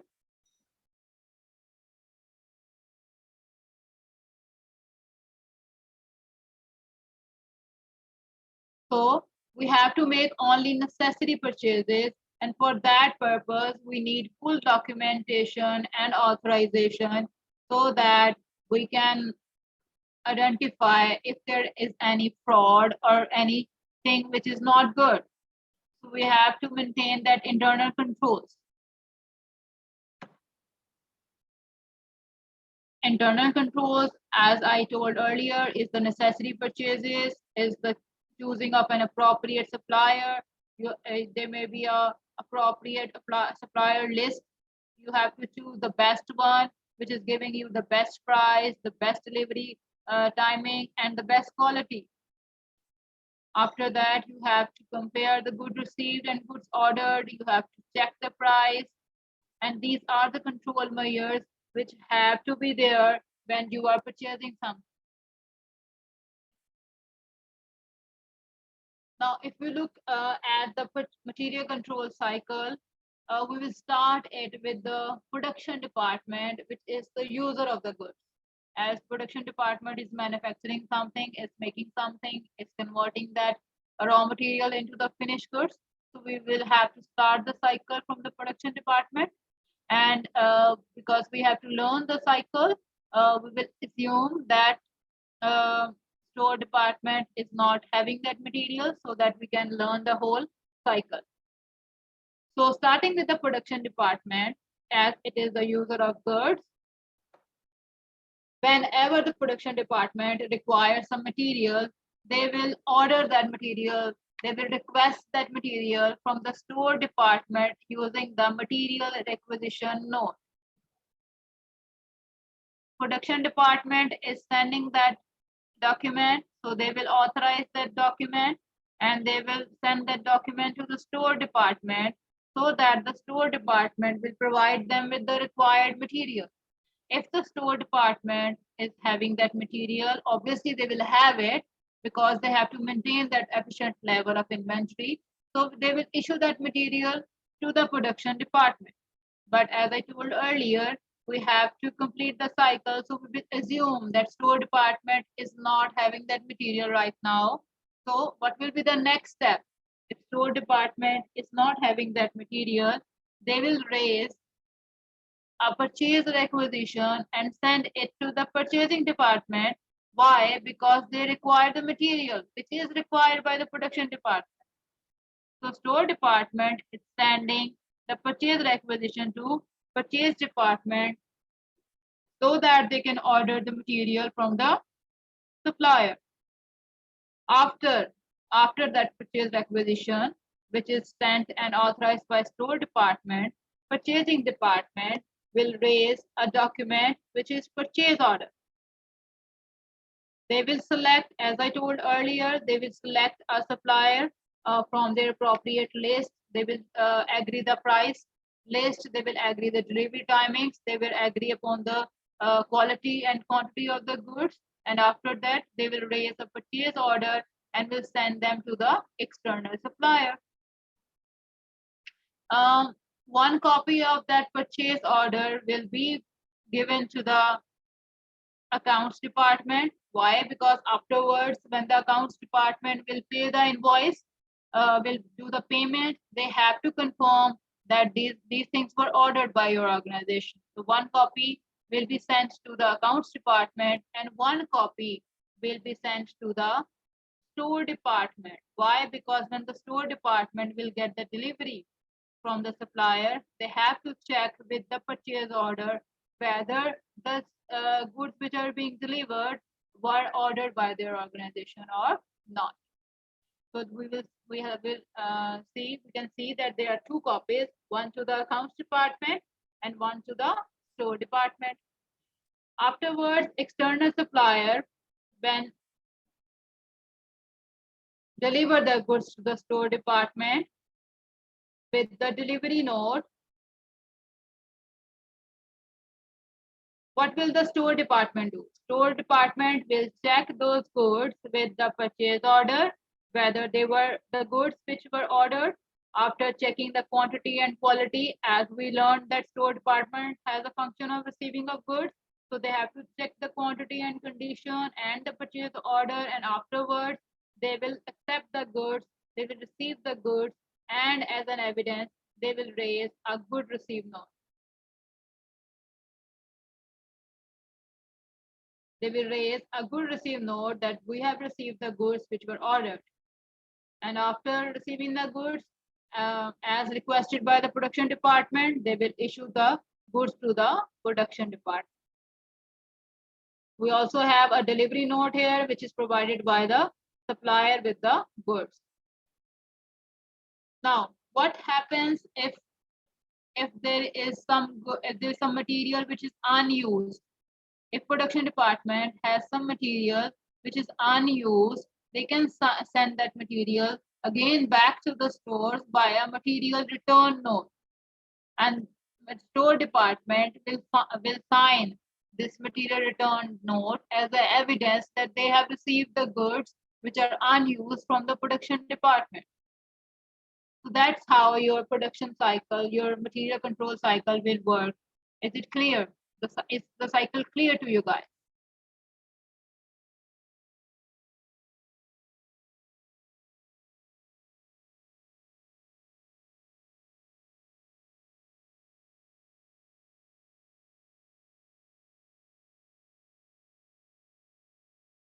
Shruta, is it clear? Okay, good.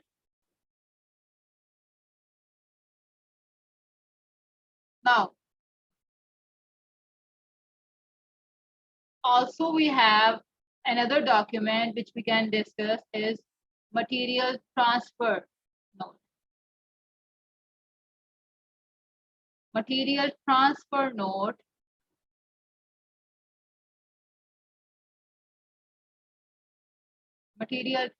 note is a document when you have a material used by the different departments. A common material is used by the different departments, different production departments. Then you can transfer the goods between these departments by using the note, which is material transfer note. Also, apart from this material transfer note, we have another documents which we have to discuss is purchase invoice. What is a purchase invoice? Is as you guys know earlier, maybe it's the invoice which is received from the supplier. We will check it with the purchase order. We will check it with the delivery note and the good receive note.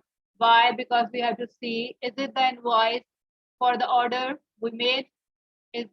Were these goods delivered or not? Did we receive that goods? And after comparing with all these three documents, we will pay. We will authorize the payment and payment will be made. Bin card is the document we already studied, is maintained by the store department and is written up by using good receive note. We will fill the receive corner.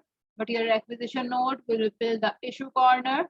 And after in good return note, if there are some goods which are returned to the store department, obviously bin card will be updated according to the material return.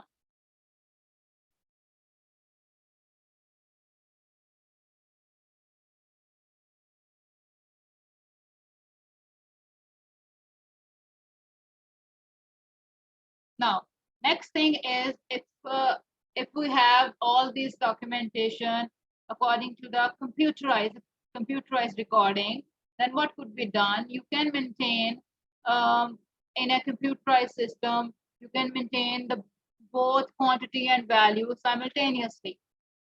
But if we are talking about bin card system, it is a record which is kept for each item of inventory, but it records the quantity only. It is kept up to date by the store department, whereas in inventory ledger system is a record which is kept for cost ledger for each item of inventory. In a paper-based system, there is a store ledger account. This is kept up to date by costing department, but it includes quantity and value. Whereas in computerized system, there will be one store ledger record system which will have both quantities and value. So this is a difference, that in a paper-based system, you can have different separate maintenance, whereas if it is computerized, then you can have only one store ledger record system for both quantities and value.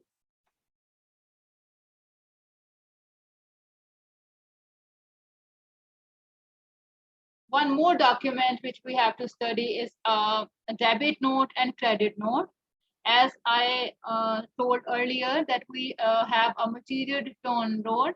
Material return note is used when you are returning the unused material from one department to the store department, which is the production department, to the store department. It is within an organization.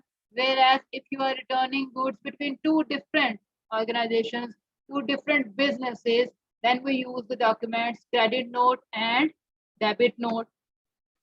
Debit note is issued by the purchaser at the time of returning the good, whereas credit note is issued by the supplier to confirm the goods return. So debit note and credit note is between two different businesses, whereas material return note is within the same organization between one department to another department. Clear, guys, up till now?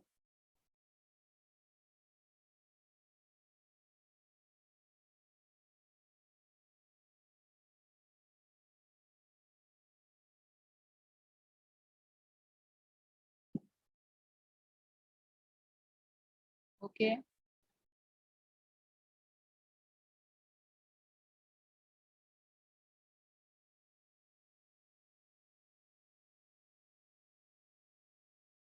Now, next topic is some inventory systems. We have two kind of inventory system, which is periodic and perpetual. We also we can also use the word continuous inventory system for perpetual. Whereas in periodic inventory system, we update the inventory on periodic basis. What we do occasionally inventory counts to determine the inventory.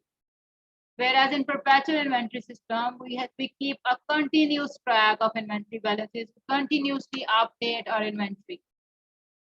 Whereas in periodic, we do it on periodic basis, on periodically. Clear, guys?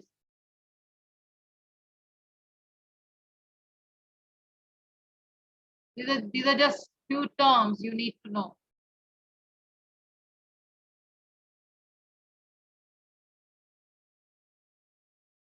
And if at any point of time you guys don't understand anything or you don't listen me properly, then you can ask me. I will repeat it as many as time as it will be required to clear your concept. Clear, guys, up till now?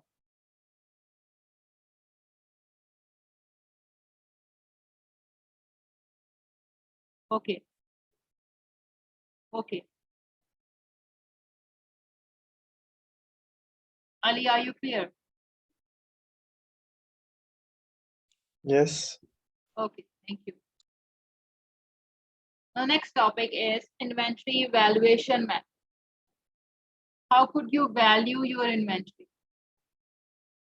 Whenever you purchase some material, the purchase cost is quite easy. It's quite the same price which is given by the supplier. You can calculate it by the price charged by the supplier. Some carriage inward, if it is, you will add that, and if there is any discount, you will deduct that. That's how you will calculate your purchase cost. But when materials are issued from the store, you have to give them a cost. You have to attach a cost with them. How could you do that? You could do that by using the valuation methods. For that purpose, we have 3 valuation methods, which are first in, first out, last in, first out, and weighted average cost method, which we can say it ACCA method, or we can also say it accumulative method.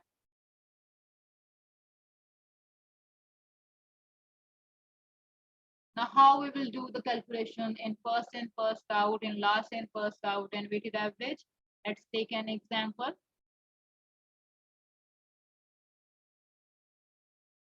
Before going to the example, let's just have a brief introduction that what first in, first out means. It means that materials are issued from the store in the order in which they are received.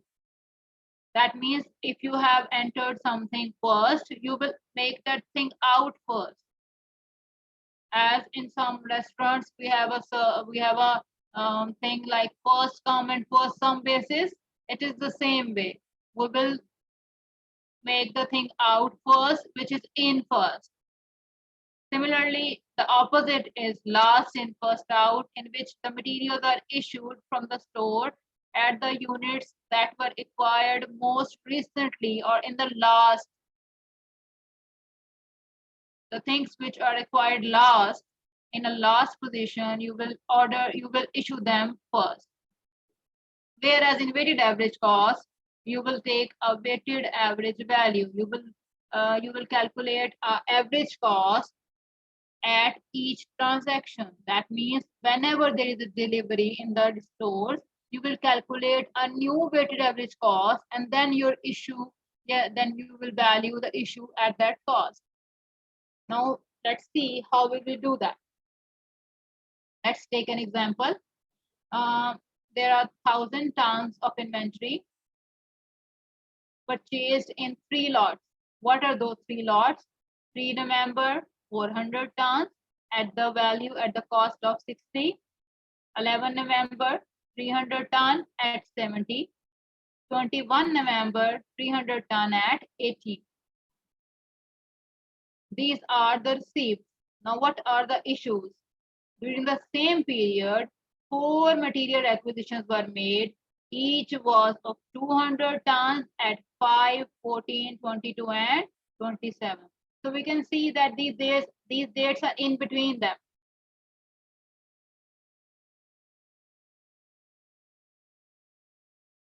Is it clear? Is the data clear to you guys? Yes. Okay. Now we will perform each valuation method one by one. Firstly, we will look into the Fifo method. How we will do that? For Fifo,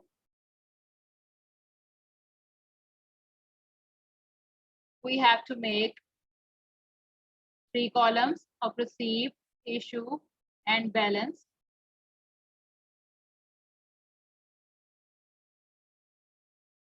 What is the first receipt? The first receipt is at 3rd November. It was 400 ton at 60. We will calculate the total figure. which is 400 into 60, we can say it is equal to 24,000. Can we take that to the balance figure? So we will take this figure to our balance column, 24,000.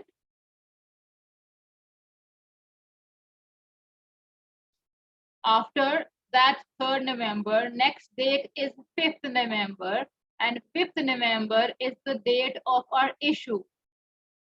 So as we are using Fifo method, according to the Fifo method says first in will be first out. In this example, up till now, we have only one option. So there is no choosing between them. We have to make these things out. What is the material acquisition? It is of 200 tons. So we will issue, and we will write that in the issue column, 200 tons. What will be the value? As we have only one option up till now, we will give the value of 60. So that means that we have issued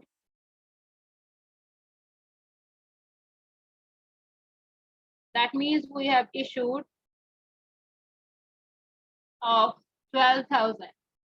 Can we deduct that 200 tons from this 400 ton at the value of 60, 12,000? Now remaining is 200 tons at 60, which is again 12,000.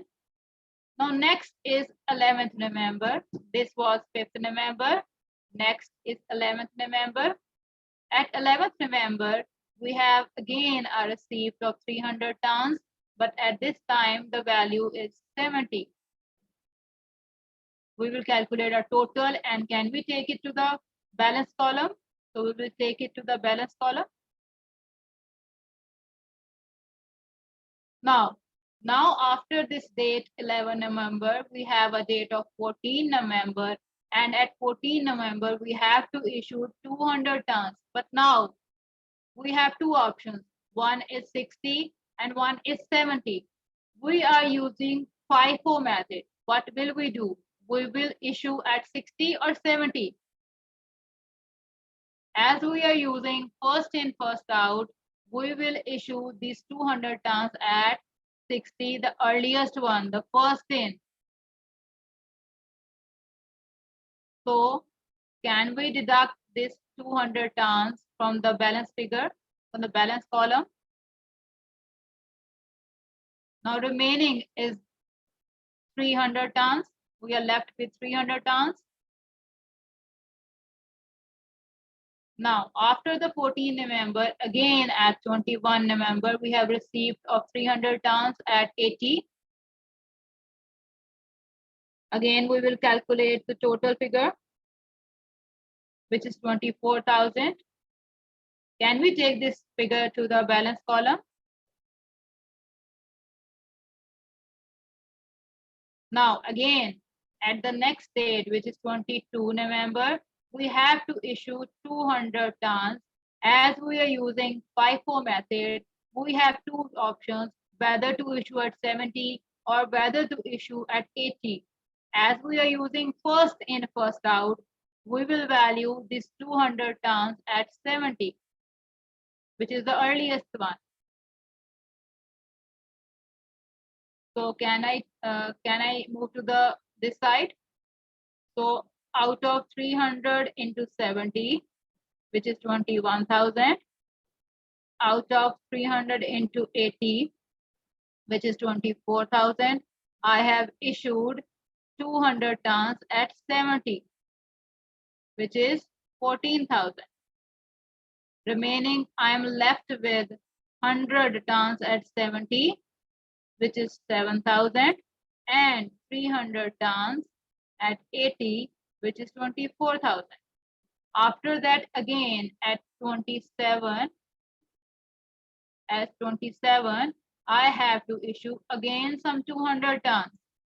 Now I have two options, 70 and 80, but for 70, I have 100 tons only. What will I do? I will issue 100 tons at 70 out of that 200 tons, and remaining 100 tons at 80.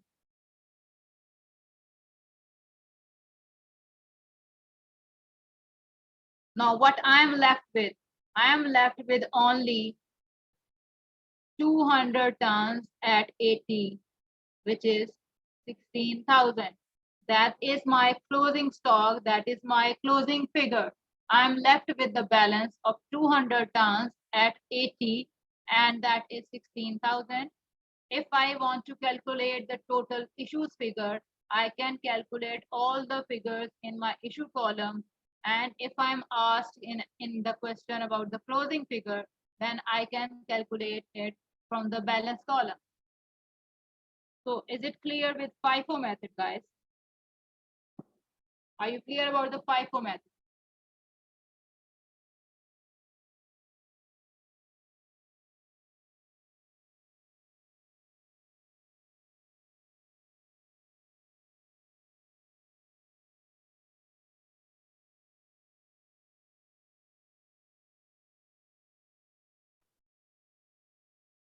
Usha, are you clear? And Ali, are you clear?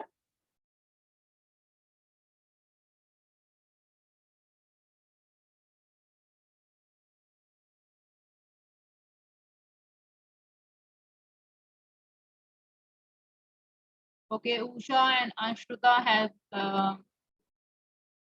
responded. What about Ali? Are you clear?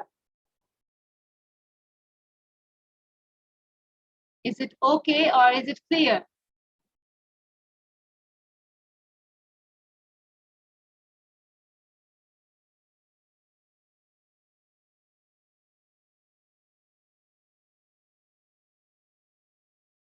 Not clear 100%. So you should tell me so that I may make it clear. What is the thing which is not clear? What is the confusion? Are you not clear about how to value? Yes. Okay. As it is FIFO method, and FIFO method says you have to value the figure, you have to value your inventory according to the thing which is first available in your stock. So out of the three figures, 60, 70, and 80, if you are going to issue something, you have to first value at 60. Then if you are left with only 70 and 80 in your inventory, you have to first value at 70, and then afterwards you have to value at the last figure, which is 80. You have to go in the order in which the things were received.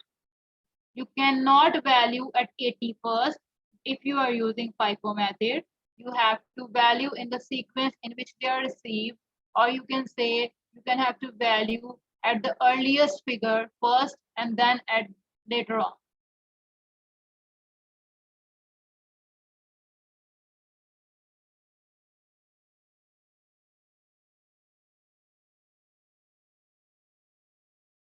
Is it clear, Ali?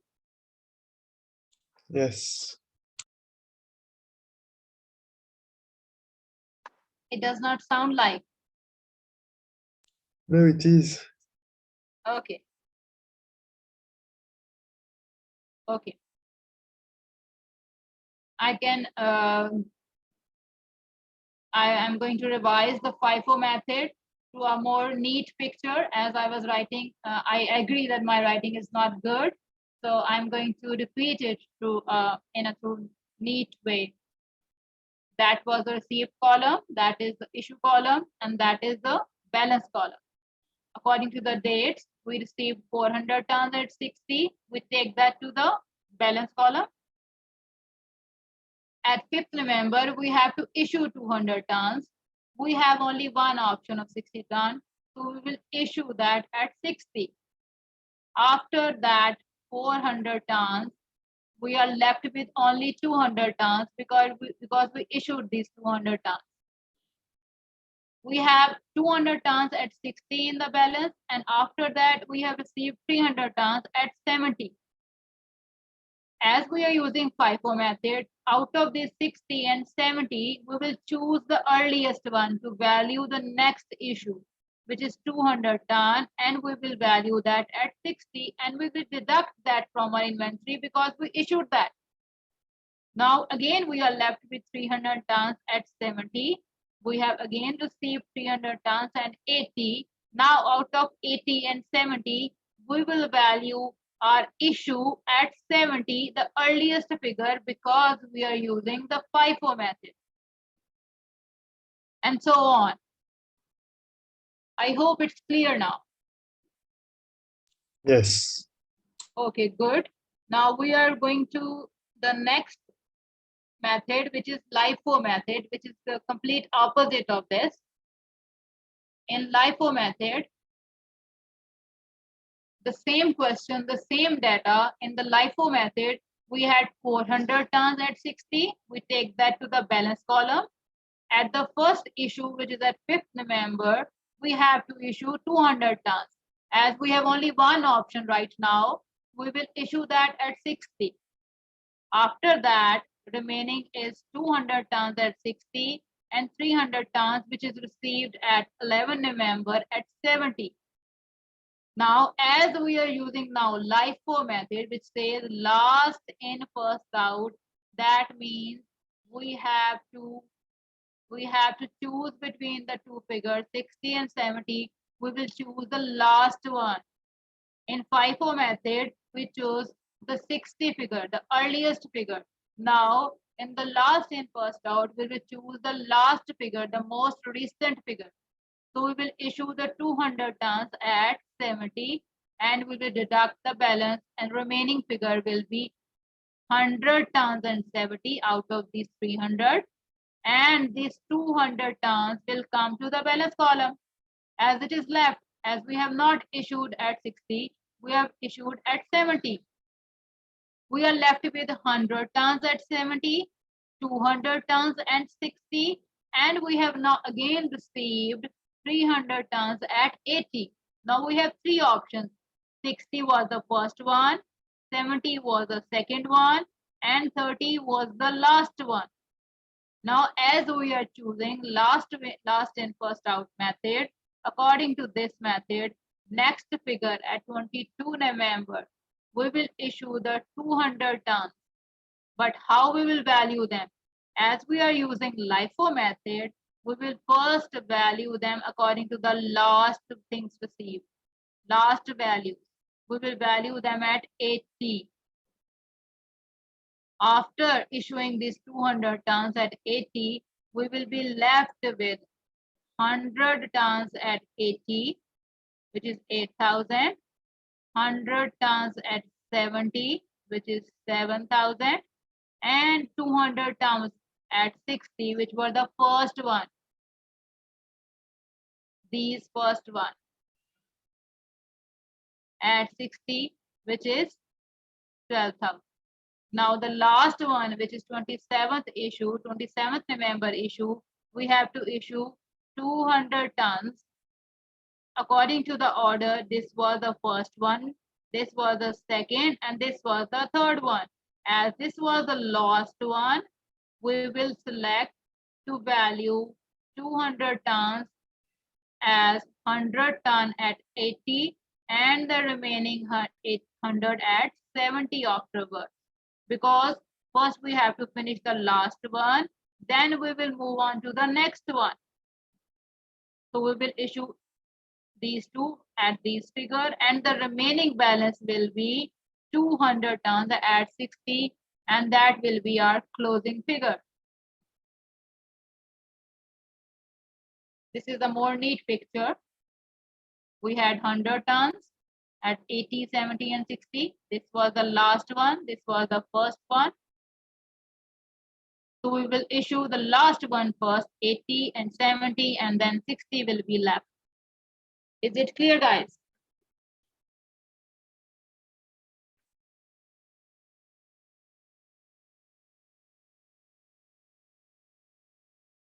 Okay, that's good.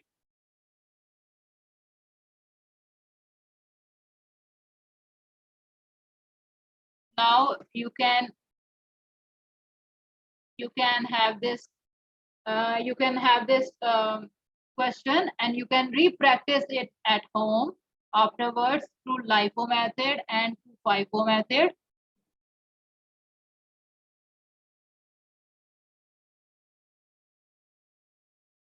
Kindly take the picture.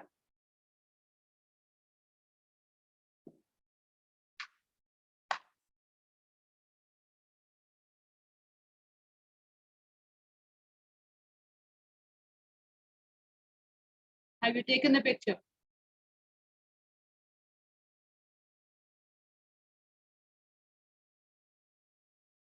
Okay, re-practice this question through Lifo method and through Fifo method. And we will continue to the next topic in our next class. And kindly solve all the previous questions which I have given you. You will be provided by the course plan and the study text in due course of time. And do revise the topics we studied in this class.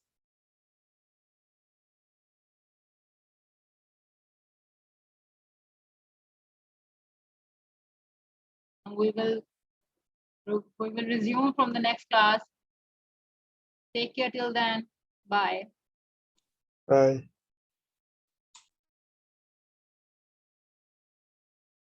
Bye.